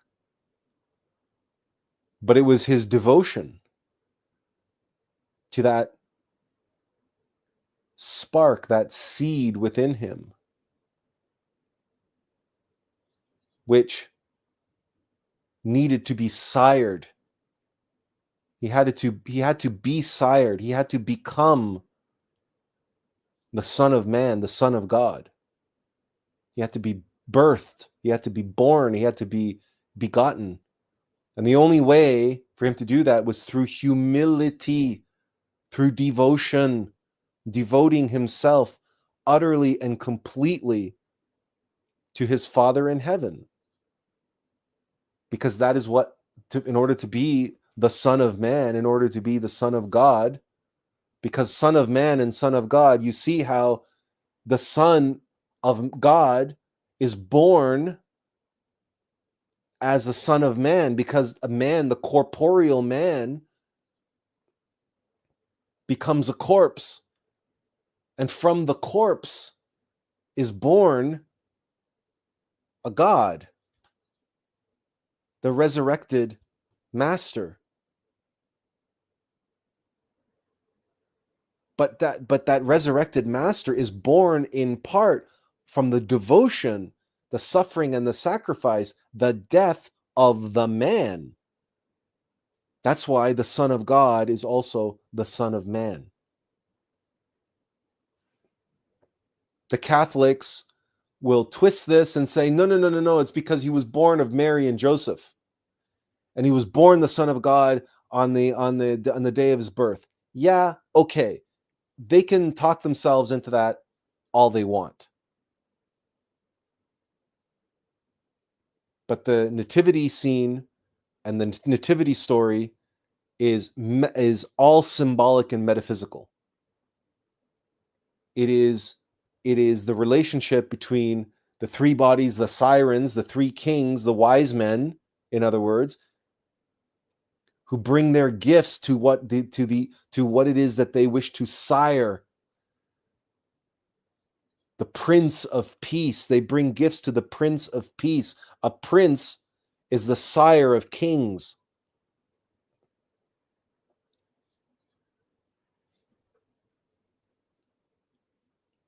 And we have the Holy Spirit and the Immaculate Conception and the Divine Mother all playing their roles. Isis and CCC, yes, yes, yes, the three wise men in our heart, mind, and body.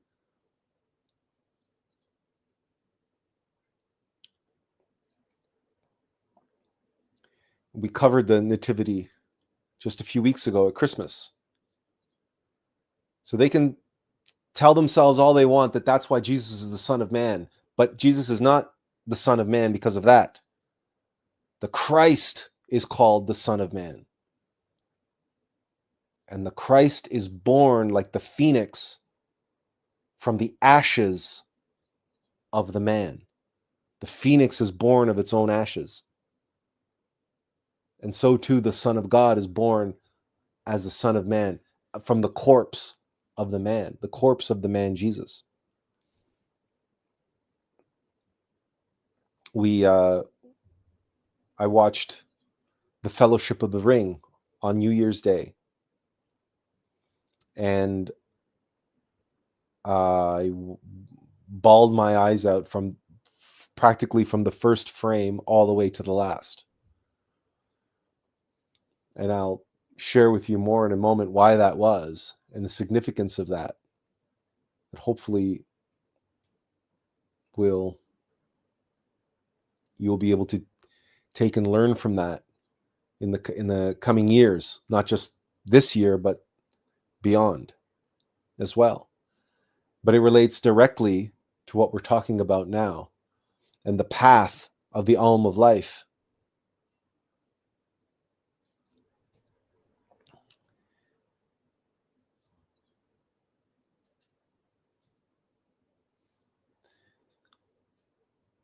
That we are going to face emergencies. And those emergencies are going to set off sirens in our mind, in our heart, and in our body. And those sirens, because of those emergencies, are going to tempt us to fall asleep, to fall into selfishness, to fall into desire, and thus desire us, prevent us from being sired. But it is in the facing of those emergencies and the overcoming of desires through willpower, through observation, through comprehension, through elimination of the egos that are the sirens in each of our mind, our heart, and our body, our mental body, our emotional body, and our physical body, which includes our etheric body, the energy body, the vital body. But we have to face those emergencies. We have to face those dramas if we hope to be sired. Because it's the mountain that makes the mountaineer. If you want to be, and you want to be sired by God. You want to be one and be a begotten son of God, a begotten daughter of God, one with the Christ, who is the only begotten Son of God, the great, perfect, multiple unity, and you want to be one with the Christ, you must be born. You must be born of the waters and of the Spirit. The sexual waters and the Spirit. That's Immaculate Conception. That's White Tantra. That's sexual alchemy.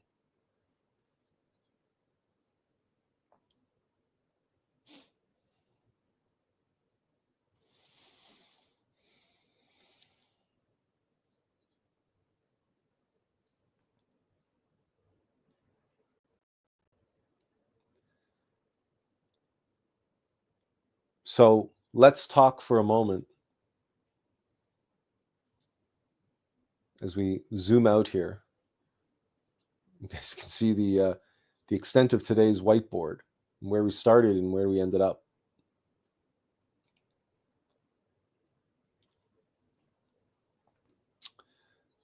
Let's go all the way back and zoom in again, and let's go all the way back to the beginning. Well, not exactly the beginning, but close. When we talk about to be inspired and to be in spirit. Oh, wonderful! My mouse is okay. No, that's why. It's just it was having a conflict between my mouse and my pen. Okay.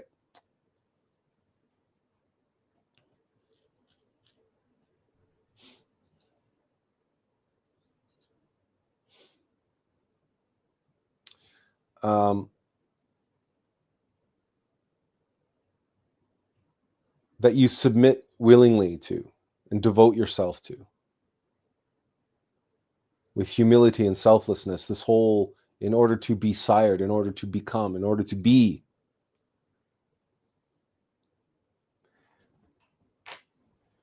Story time.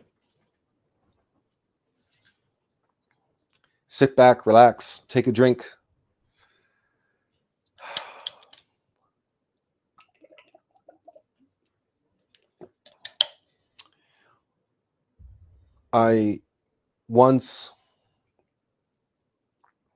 It's an annual ritual for me to watch the Lord of the Rings trilogy in or around, at least minimum once a year, but usually in and around sometime New Year's. And the first time I made this a tradition, I began the films and always the extended editions, or whenever I can anyway, the extended editions. And I began watching them sometime in the late afternoon and on New Year's Eve day. And I've told you the story before. The Ring of Power was unmade in Mount Doom exactly on the stroke of midnight. I mean, literally, the ring melted into the lava as the ball dropped in Times Square and hit midnight. I had not planned for this. It just worked out that way. But of course it didn't work out that way. I was told when to start the movie, but I didn't consciously know that I was starting the movie at that time in order to have that outcome. It's just when I started the film, it's just everything orchestrated in such a way that that's when I started the movie. And then I had, pee breaks or popcorn breaks or whatever, so it was completely unplanned by me, but somebody somewhere had very carefully orchestrated those events and my input, my role, my part in the unfolding of that mini miracle, you can say it was a coincidence. Sure, you could say that. But here's why it's not a coincidence. As you know, back when I was a young lad, back in high school, I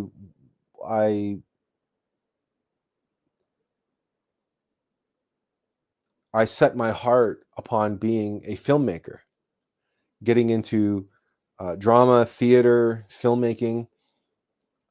And not only that, from the day that I read The Lord of the Rings as a pre-teen,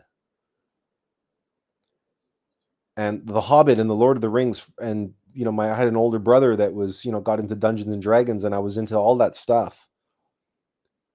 I collected Lord of the Rings art. Now, I didn't have much money to buy the fancy art books and coffee table art books and all that kind of stuff. So what I did was I went to used bookstores and flea markets and book sales like that, and I would buy old Tolkien calendars. And sometimes I would buy new ones that had this fantastic fantasy art. Now, why would I do this? I did all this because in my mind and in my heart, I saw myself being the filmmaker who would bring Lord of the Rings to the screen. That I would be the one, and that Atlas Arts was born for that job, for that task.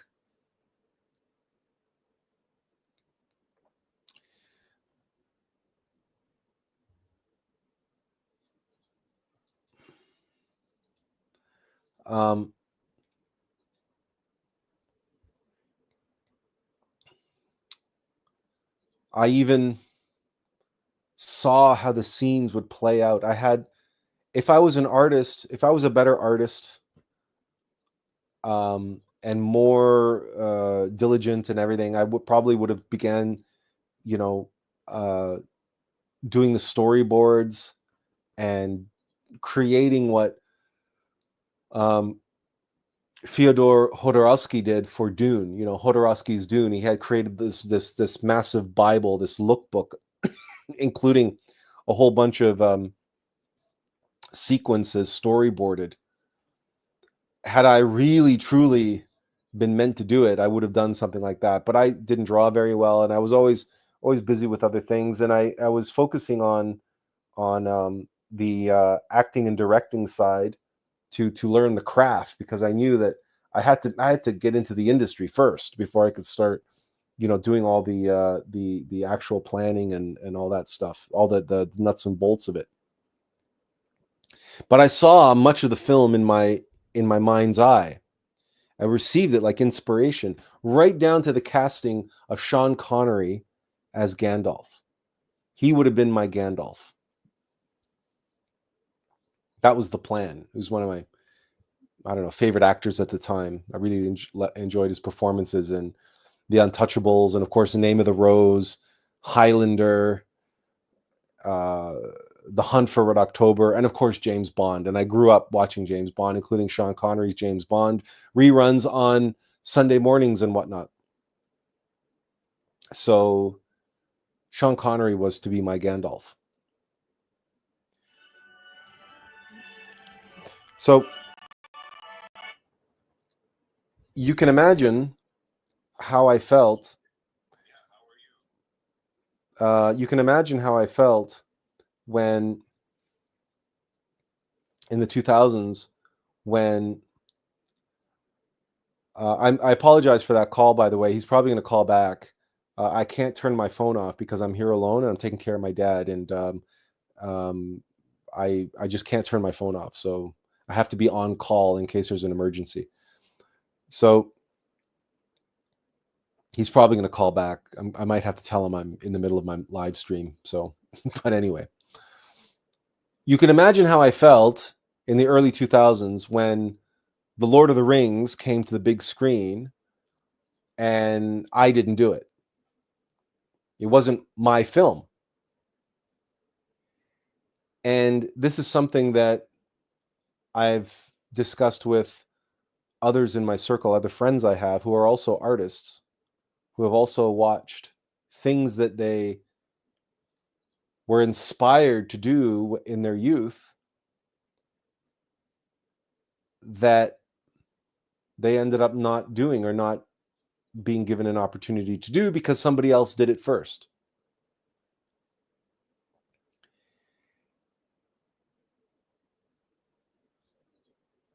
And it was a strange feeling, because on one level, I be honest with you, I felt envious, and I also felt like a bit of a failure, like I had let down my innermost. That it's, despite my best efforts, I was not able to enter into that industry, neither through the course of nepotism or like who you know, neither through the course of money, like as an executive producer, or talent, getting an agent, and I tried so many ways under so many avenues to break into the industry, to be able to pursue what I had been inspired to do, what I had received from divine inspiration, that never materialized for me. But I couldn't help but feel like a failure, like I had been given so many different chances, and none of them worked out, and I couldn't help but blame myself in a way. And also, I couldn't help but be envious of Peter Jackson and his team, who made the film. And at first, it kind of soured the experience for me at first. But at the same time, I could not deny the brilliance of it. What's more, it's as though Peter Jackson and Philippa Walsh and everyone, and I believe it's Taylor who did the miniatures and the bigatures and the art design. It's as if they themselves, somewhere in New Zealand, or wherever they're from, they have a box of old Tolkien calendars, like I did, like I still do in the garage somewhere. That they too collected all of this fantastic Tolkien art from decades, because they drew inspiration for their movie from said art and artists, just like I had done. What's more is, when the special editions came out, and after watching many different interviews with Peter Jackson, I learned that Peter Jackson's first choice for Gandalf the Grey was Sean Connery.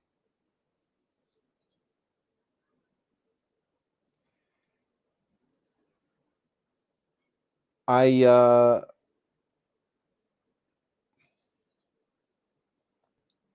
The one decision that he had made that I really didn't like at the time was his choice to make Gollum a CGI character. For me, it always took me out of the film for some reason, and mostly because I'm a big fan of practical effects, especially transformation into creatures that I know is possible through practical effects, that I know that goes all the way back to the movie Legend, that was directed by Ridley Scott, starring Tom Cruise and Tim Curry as Darkness, and the transformation of Tim Curry into Darkness. And another character in that movie is Meg, the swamp hag, the swamp witch, and you see the practical makeup that is possible, and that I felt the transformation of an actor, like even if it was Andy Serkis, into this Gollum-like creature could have been done practically, and it would have been far less to take one out of the film or whatever. Why do I tell you all of this? Well, because I watched The Two Towers and Return of the King earlier in the month of December. But for some reason, The Fellowship of the Ring, it was on January 1st. It's the first time that I watched The Lord of the Rings, not at the end of the year, but at the beginning, in the new year, and not just the first day of the new year, in fact. And as I watched it, tears just rolled down my face the entire time, tears of joy, because of the comprehensions that the inspiration that I received, that I devoted myself to, the vision, the task, the work, the mission, the art, Attlas arts,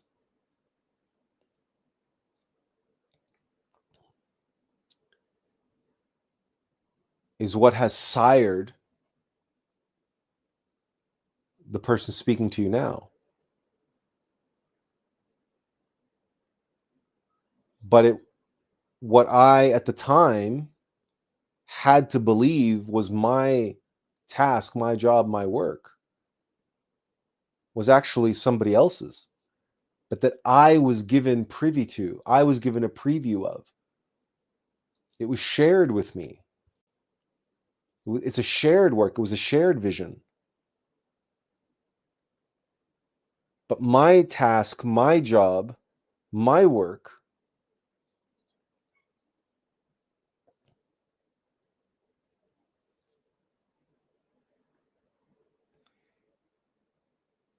relies on The Lord of the Rings existing on film.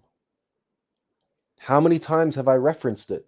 How many times have I used it to explain the relationship between the being and the mortal vessel and the ego, the triad of Frodo, Sam, and Gollum, and the Ring of Power itself, and the 9 companions of Frodo, the 9 companions of the Fellowship, balanced by the 9 Nazgul, who are the relentless servants of Sauron, who seek the ring and hunt the Fellowship, and Galadriel, the embodiment of the Divine Mother, and on and on and on and on and on it goes, because the Lord of the Rings is high mythology. But you know, it is a faux pas. It is not considered kosher for an artist or creator to explain or discuss in detail the inner meaning of their artwork. It's considered gauche. It's considered, you don't do it. You don't do it. And that's why you don't see filmmakers explaining everything, all the symbols and allegories and all of the in the stuff that they have made. Their work is supposed to speak for itself. And to a large degree it does. To a point, to a certain level. But beyond that level, especially in this day and age, people need help. People need some assistance.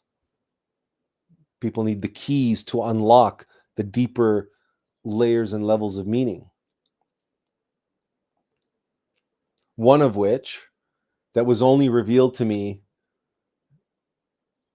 on January 1st, was that Gollum had to be CGI. Gollum could not be a real person in a costume, because Gollum, the ego, the false self, doesn't really exist. Just like CGI doesn't exist. It's a construct.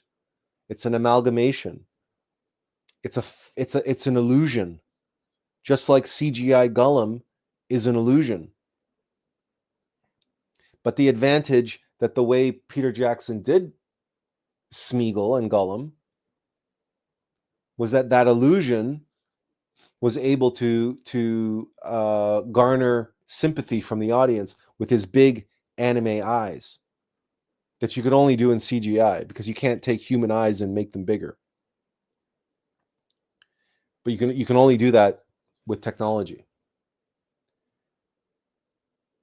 And the fact that Peter Jackson asked Sean Connery if he would play Gandalf, and Sean Connery turned the role down.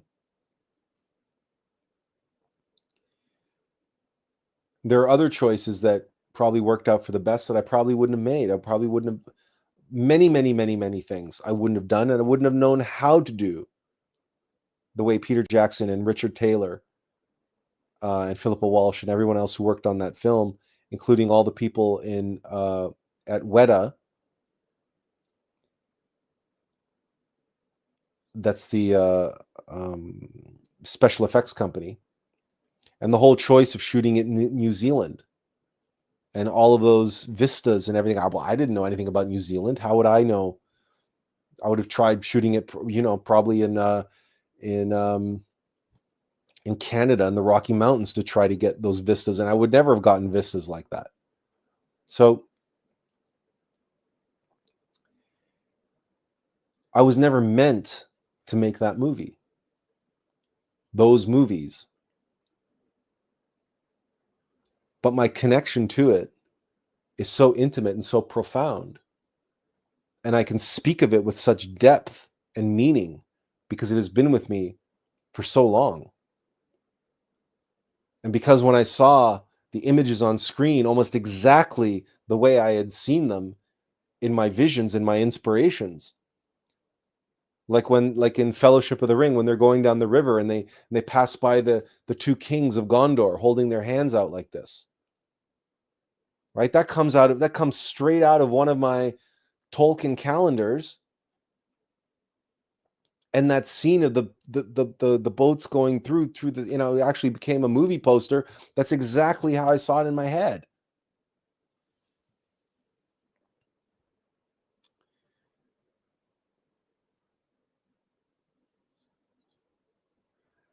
That vision, that inspiration was what got me on the path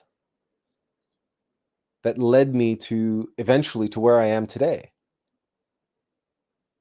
It was the information that I needed to know at that time in my life, in this process of siring, in the process of being sired.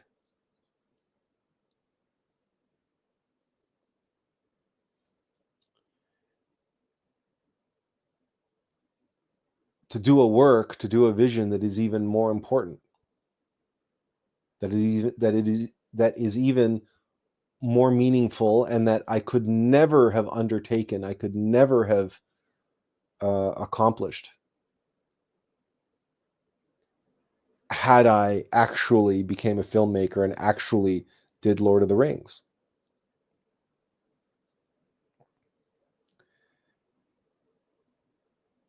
And it's in the acknowledgement of that,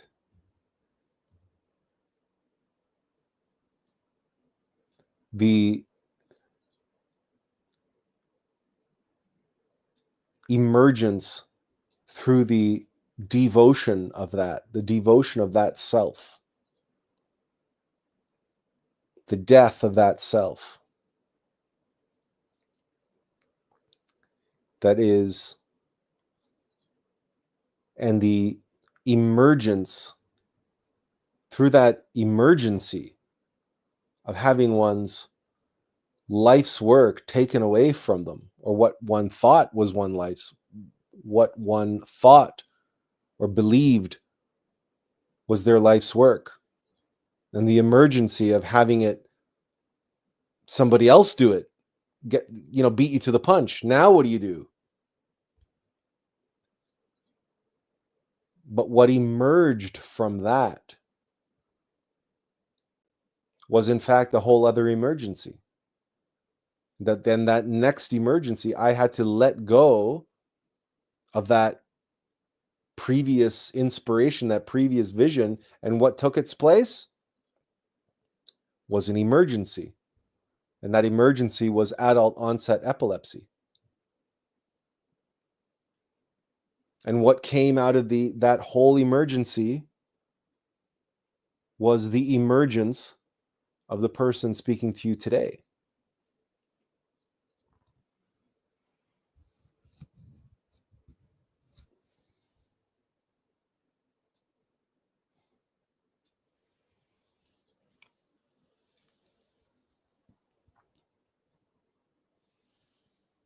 And the acknowledgement of this, the knowledge of this,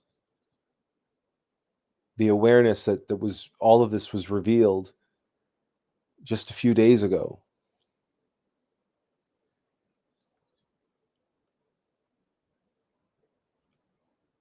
That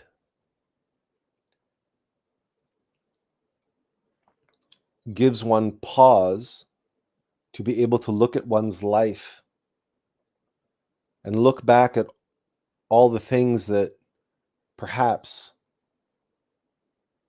we were inspired to do when we were younger, or what we thought for certain was our job and was our life's work, our purpose for being. But maybe it was just what we needed to hear and what we needed to see at that time in our life in order to get us to the next level, in order to get us to prep us for the next emergency, the next emergence C.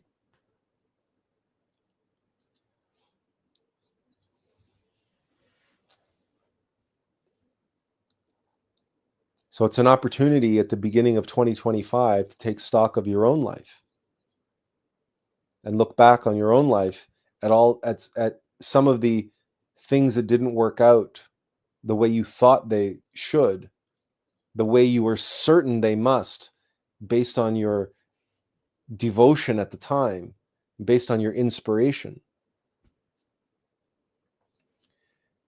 And to take stock of your life and say, was I really inspired to do those things because I was meant to do them? Or were they just, I needed to believe that because I needed the motivation, I needed the inspiration.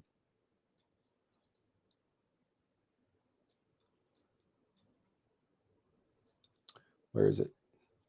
To get involved, to get inspired, to get motivated. To belief. I needed something to devote myself to, that I could devote myself to at the time, that would get me to the next level, to the next level, to the next level, to the next level. And each time I gave myself and threw myself fully at something that at the time I was absolutely convinced must be what I'm here to do.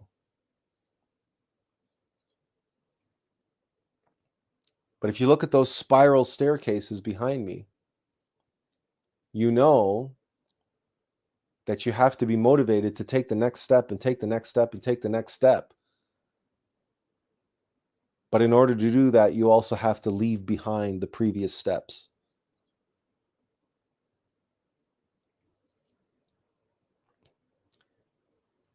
Every step you take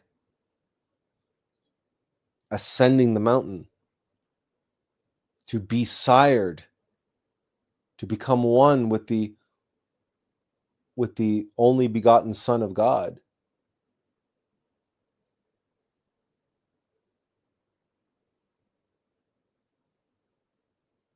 you must let go of what you previously desired.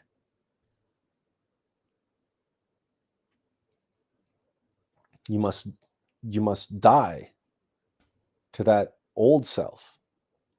You must let go the previous step. It's the only way to walk a staircase.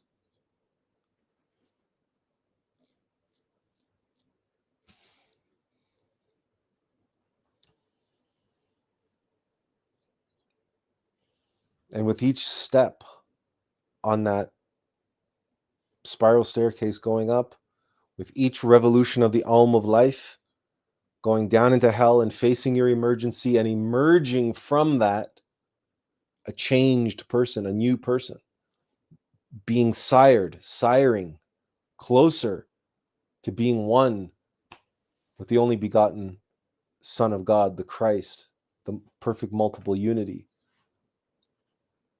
a son and or daughter of God.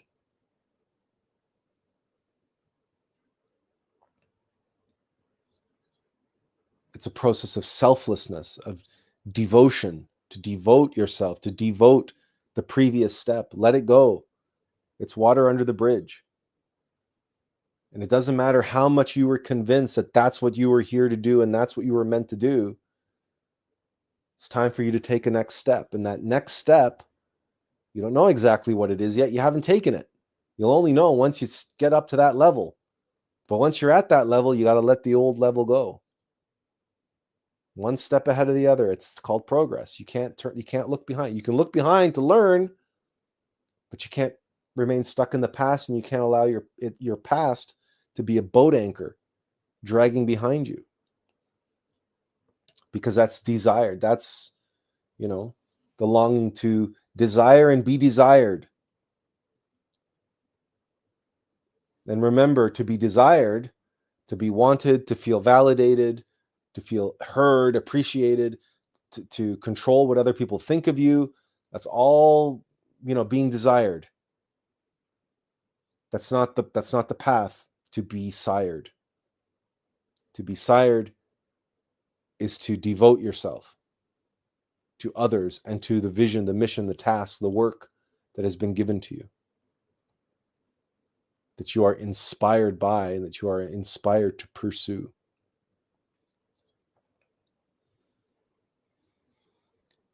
But pay attention, because there will be signs like I received on January 1st. A reminder that, no, you're not a failure, and that you're here to do something much bigger and much more important than even putting Lord of the Rings on film.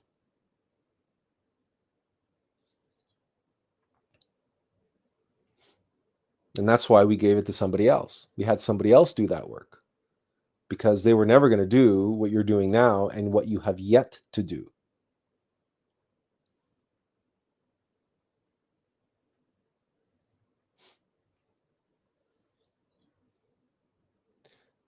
So I wanted to share all of this with you, because 2025, emergencies are on the way. Emergencies are on the way. And you can face them with fear, with doubt, with panic, with the desire to hold on to what you have and what you've done and who you think you are and who you think you've become. Or you can use the emergencies on their way as an opportunity for the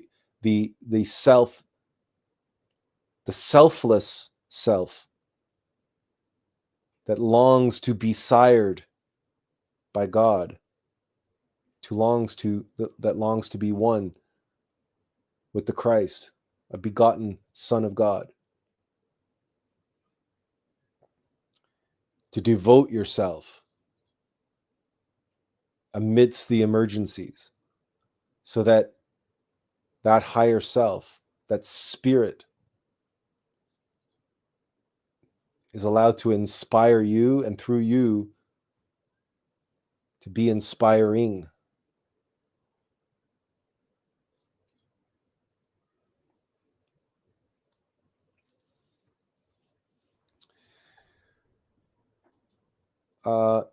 It's Sedik Billion says, hello, dear.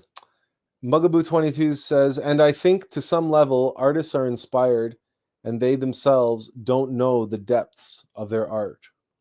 Some artists. Some. Not all. Some. For example, the Wachowski brothers make excellent divinely inspired movies, yet promote extreme degeneracy. This is something that I mentioned recently about Lord of the Rings.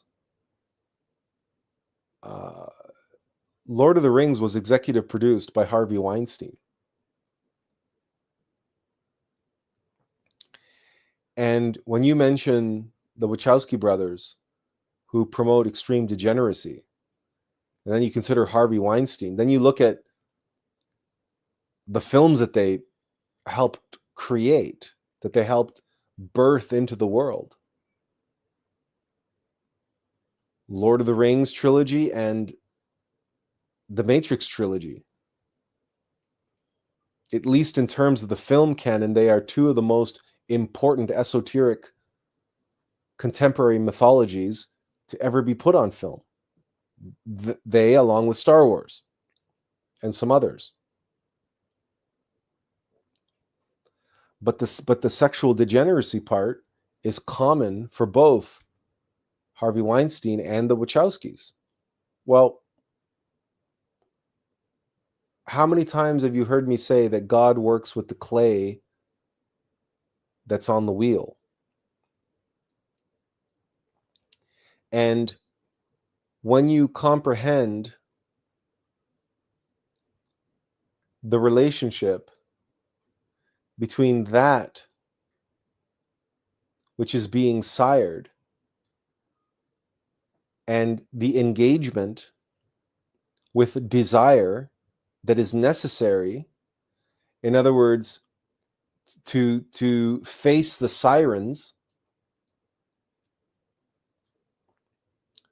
of the three brains, the mind, heart, and body, and you recognize that as a creative, as an artist, you are working with the creative energy, the creative force, which is the sexual force. That is the force that creates. That is the force that impulse to unite with others in order to create, in order to beget, in order to sire.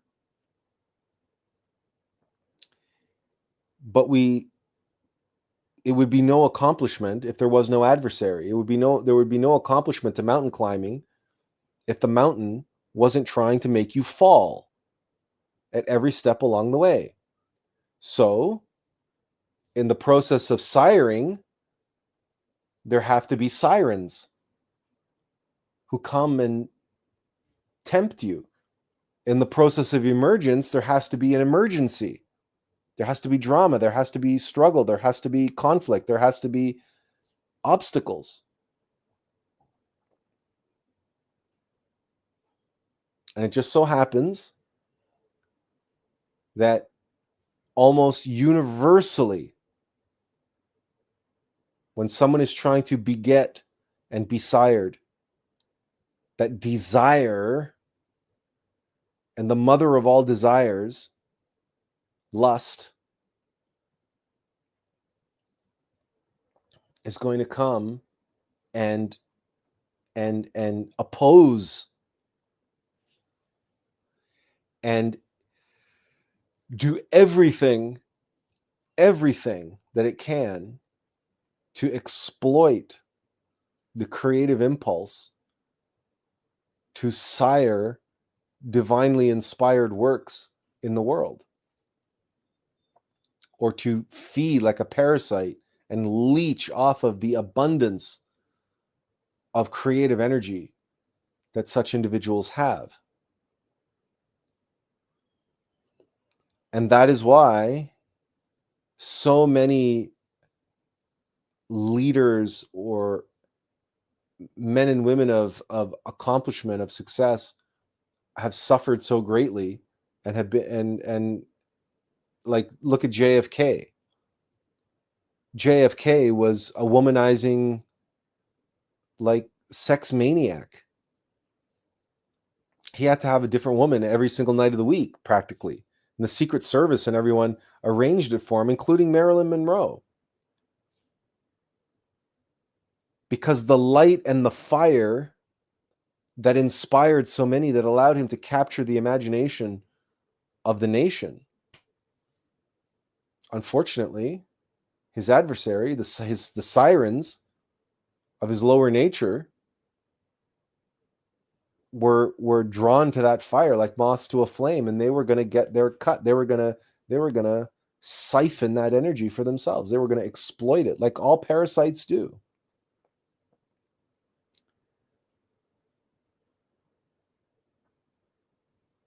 And that is why so many of these leaders and billionaires and all these individuals, there are many, many, many, many, many individuals who have a sort of public face, but then in their private life, behind closed doors, they have succumbed to tremendous temptations, because they have all of this creative energy, all of this vitality, and they give in to their sirens. What else can I say? But that is why you find that Harvey Weinstein executive produced some of the most, like, he's one of the most accomplished producers of all time in terms of Oscar winners, of Oscar winning films. But look at how he behaved behind closed doors. Right? And not just his lust, not just his desire, but his desire to control, his desire to manipulate. And there was tremendous fear in Harvey Weinstein, which is why he was also one of the most prolific lobbyists to the Academy, to the members of the Academy, on behalf of his own films. That's a fancy way of saying that anytime he made what they call Oscar bait films, he was desperate to win the Oscar. And he lobbied the members of the Academy incessantly in order to get what he wanted, which was validation. He needed to have another trophy on his mantle. He needed that. He needed that validation because of his fear, because of his pride. And fear is a desire to control, to dominate. He wanted to dominate the Hollywood industry. Meryl Streep called him God. When Meryl Streep won the Oscar, I want to thank my agent. I want to thank my family, and I want to thank God, Harvey Weinstein.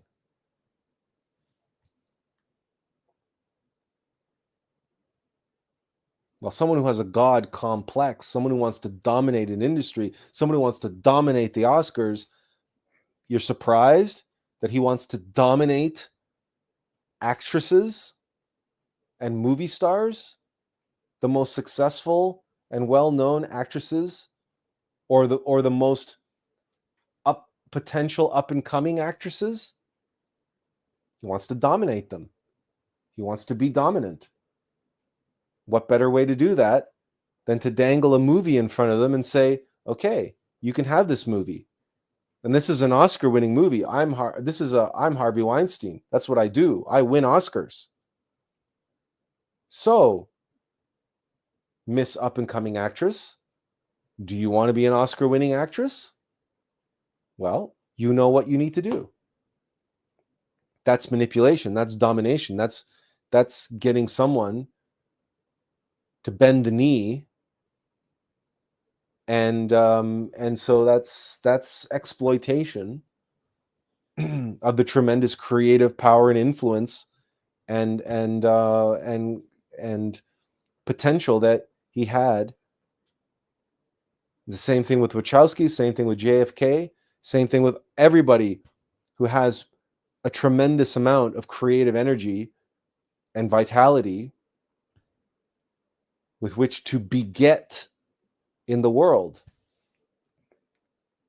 It's not by accident that so many leaders in the past in history, in Asia and elsewhere, where those warlords and kings and whatnot had harems and sired thousands of children with hundreds of women, because the impulse to sire, to beget, that so very easily is manipulated and twisted by the sirens of our lower nature, by mechanical nature. And so that great leader who could have built a tremendous empire instead just went on conquering, and everywhere he conquered, he took women and into his harem, and that impulse was twisted and corrupted into something base, into something animal, and something very corporeal and very temporary, very worldly. And Alexander wept, for there were no worlds left to conquer. What might have Alexander have accomplished had he not been today known as the conqueror of the world? What might have he accomplished if he had taken that same desire to accumulate and amass through attrition, through conflict, through war? What if he had applied that selflessly and devoted himself to building? Then the Roman Empire wouldn't have been Roman, it would have been Macedonian. And it might not have been called the Empire of Macedonia. It might have been called the Empire of Alexandria, after its founder, after its visionary leader, after the one who built it on his shoulders. And the same thing can be said for Napoleon. The same thing can be said for many others who built their empires on at the edge of a sword.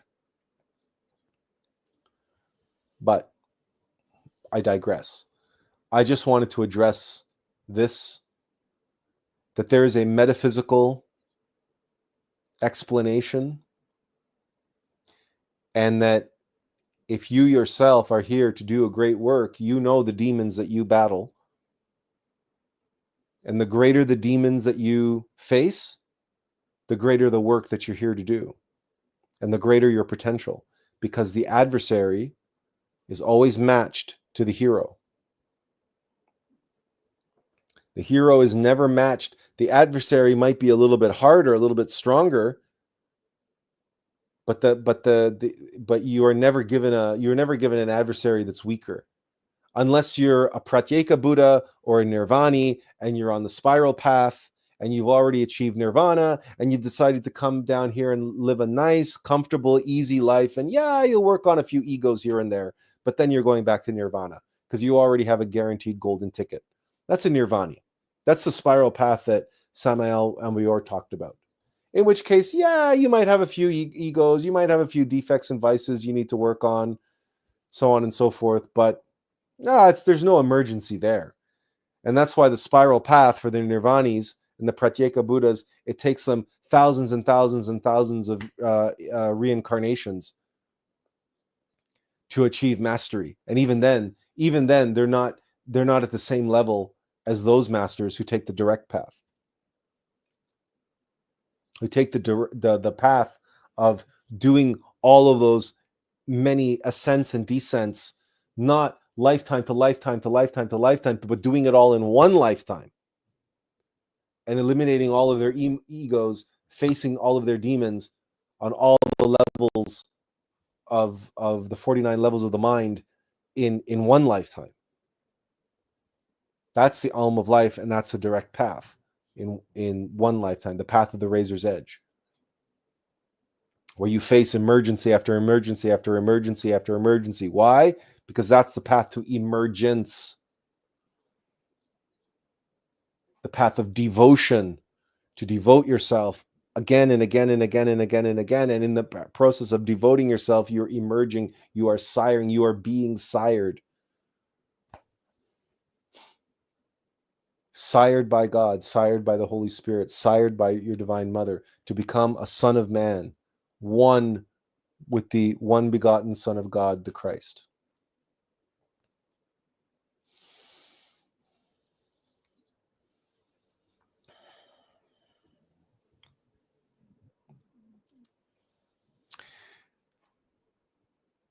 Does anyone have any comments or questions?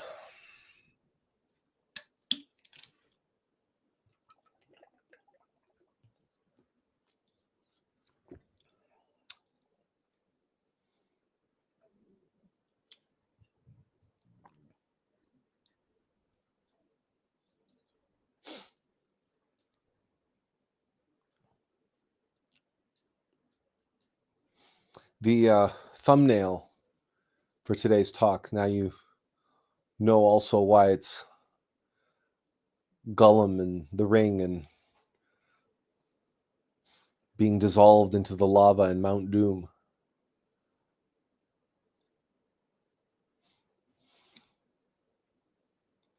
Every ending is a new beginning. That's the Alm of life.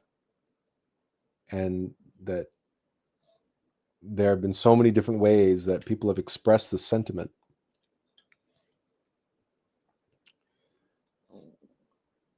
Let go and let God. And of course, in the Bible, to be born of the waters and the Spirit, and the story of Jesus himself, the phoenix. It's endless. The butterfly, the caterpillar becoming the butterfly. But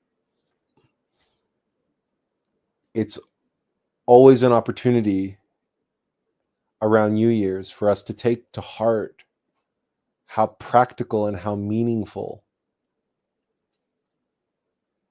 the transition of the old and into the new is, because we are, as a humanity, facing that transition.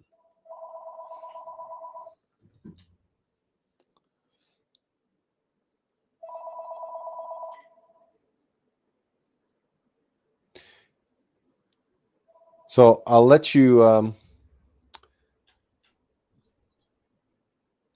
type some comments and questions, and I'm just going to mute myself for a moment.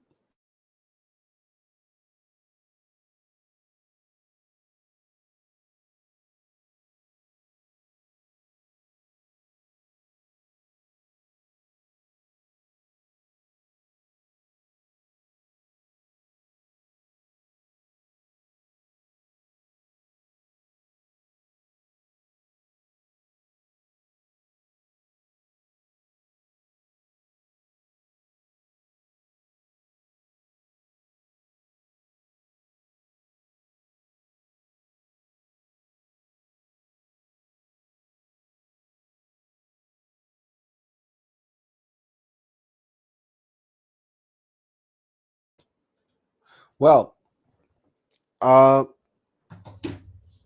they hung up. Anyway, they might call back. Anyway, it's almost at the 3-hour mark, so I'll leave you a couple more minutes if you want to type a question or comment. But we are, I think, pretty much done for the day. Benjamin says, "Thank you for the amazing live stream. I learned so much and truly appreciate the insights you shared. Wishing you a wonderful new year ahead." And thank you, Benjamin, and I also to you and to everyone. I do wish all of you to make the most of this year and take advantage of all of the emergencies, because they're coming. Mugaboo22 says, "Thank you as always, Atlas. Appreciated." Thank you, Mugaboo, for being here. You're always appreciated as well. Thank you for your comments and your contributions.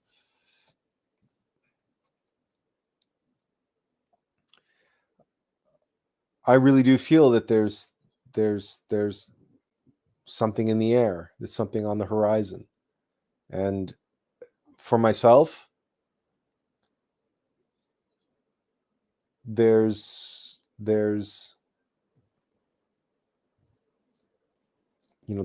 my work, and I don't know how it's going to unfold, and there's many things that I don't know, but one of the reasons why I was crying through the Fellowship of the Ring is because, look, if God made that happen, that was my vision, that was my dream, and God made it happen without my direct effort.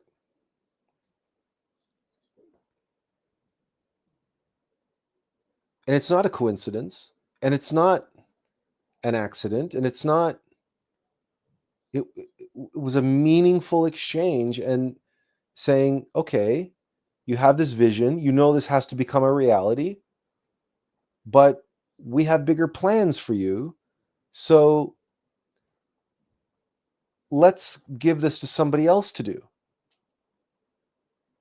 because that's going to be the greatest thing that he ever does, which of course is it's Peter Jackson's masterpiece. He has done nothing before or since that even holds a candle to Lord of the Rings.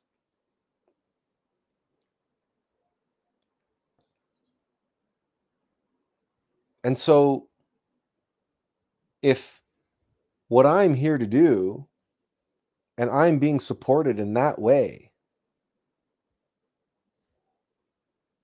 then, and you want to talk about devotion and devoting yourself, I had nothing to do with with the actual creation of the greatest film trilogy of all time.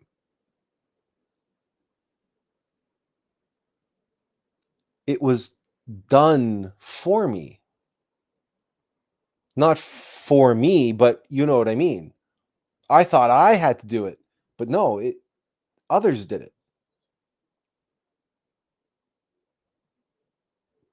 And all I had to do was envision it and know that it had to be done and devote myself to it. And I devoted myself so fully to it that it was done without me. It was done purely with my devotion. In other words, I devoted myself out of the task.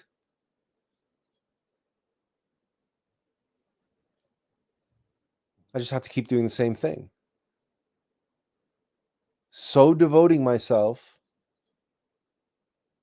to what I'm inspired to do, devoting myself to you, devoting myself to others, devoting myself to humanity, and devoting myself to my life's work. To keep devoting myself and devoting myself until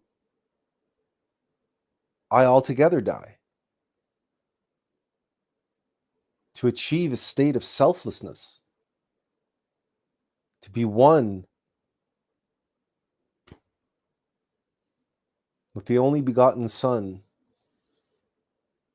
of the absolute essence of selflessness, the Father of all selflessness, whose Son, the Christ, is that selflessness in activity, is selflessness in action. And if you meditate on that, selflessness in action, there's much fruit to be reaped from that bounty. Selflessness in action. So devoted are you that you no longer matter. That's how much devotion you have. Where all that matters is what you have been inspired to be and to do, what you have gotten, what you have received, what you have devoted your life to have begotten in order to be sired. Just remember that devotion is an act of getting yourself out of the way. You cannot have devotion and desire at the same time. If you so want it, and you want it and need it, and you're so desperate to have it, and you're so desperate to get it, and you're so desperate to do what you came here to do, then you're not in the right place. You're not devoted. Because devotion is patience. Devotion is sitting quietly and silently, standing against the wall, waiting to receive orders from your master.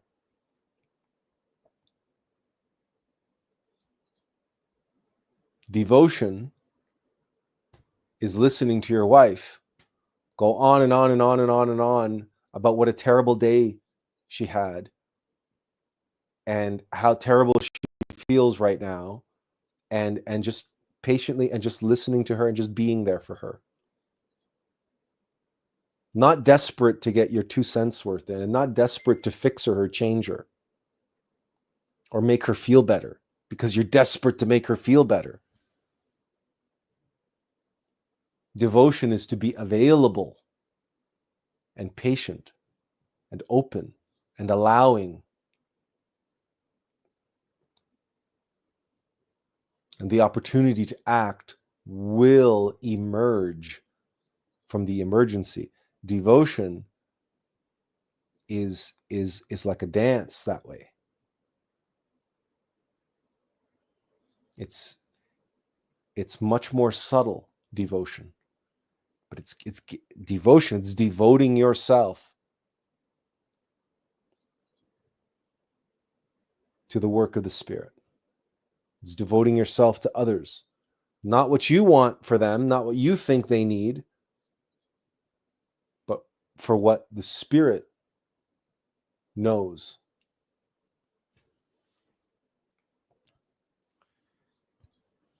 And that's the last little bit of advice I will give you to help practically apply much of what you heard today.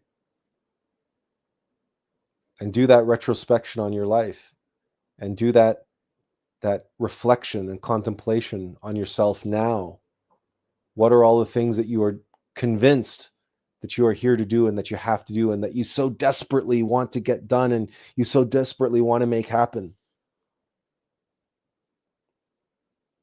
Because desperation is desire. Desperation is not an act of devotion. And desperation does not lead to someone being sired.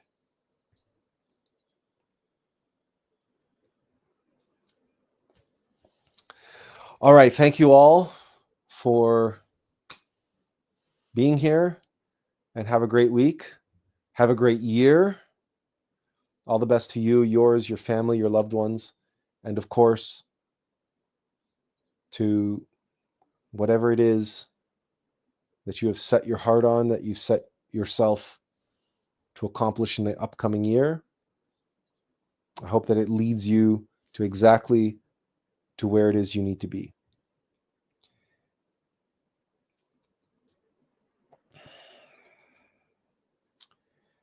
So until next week, I want to wish you all the very best. And as always, inferential peace. Take care.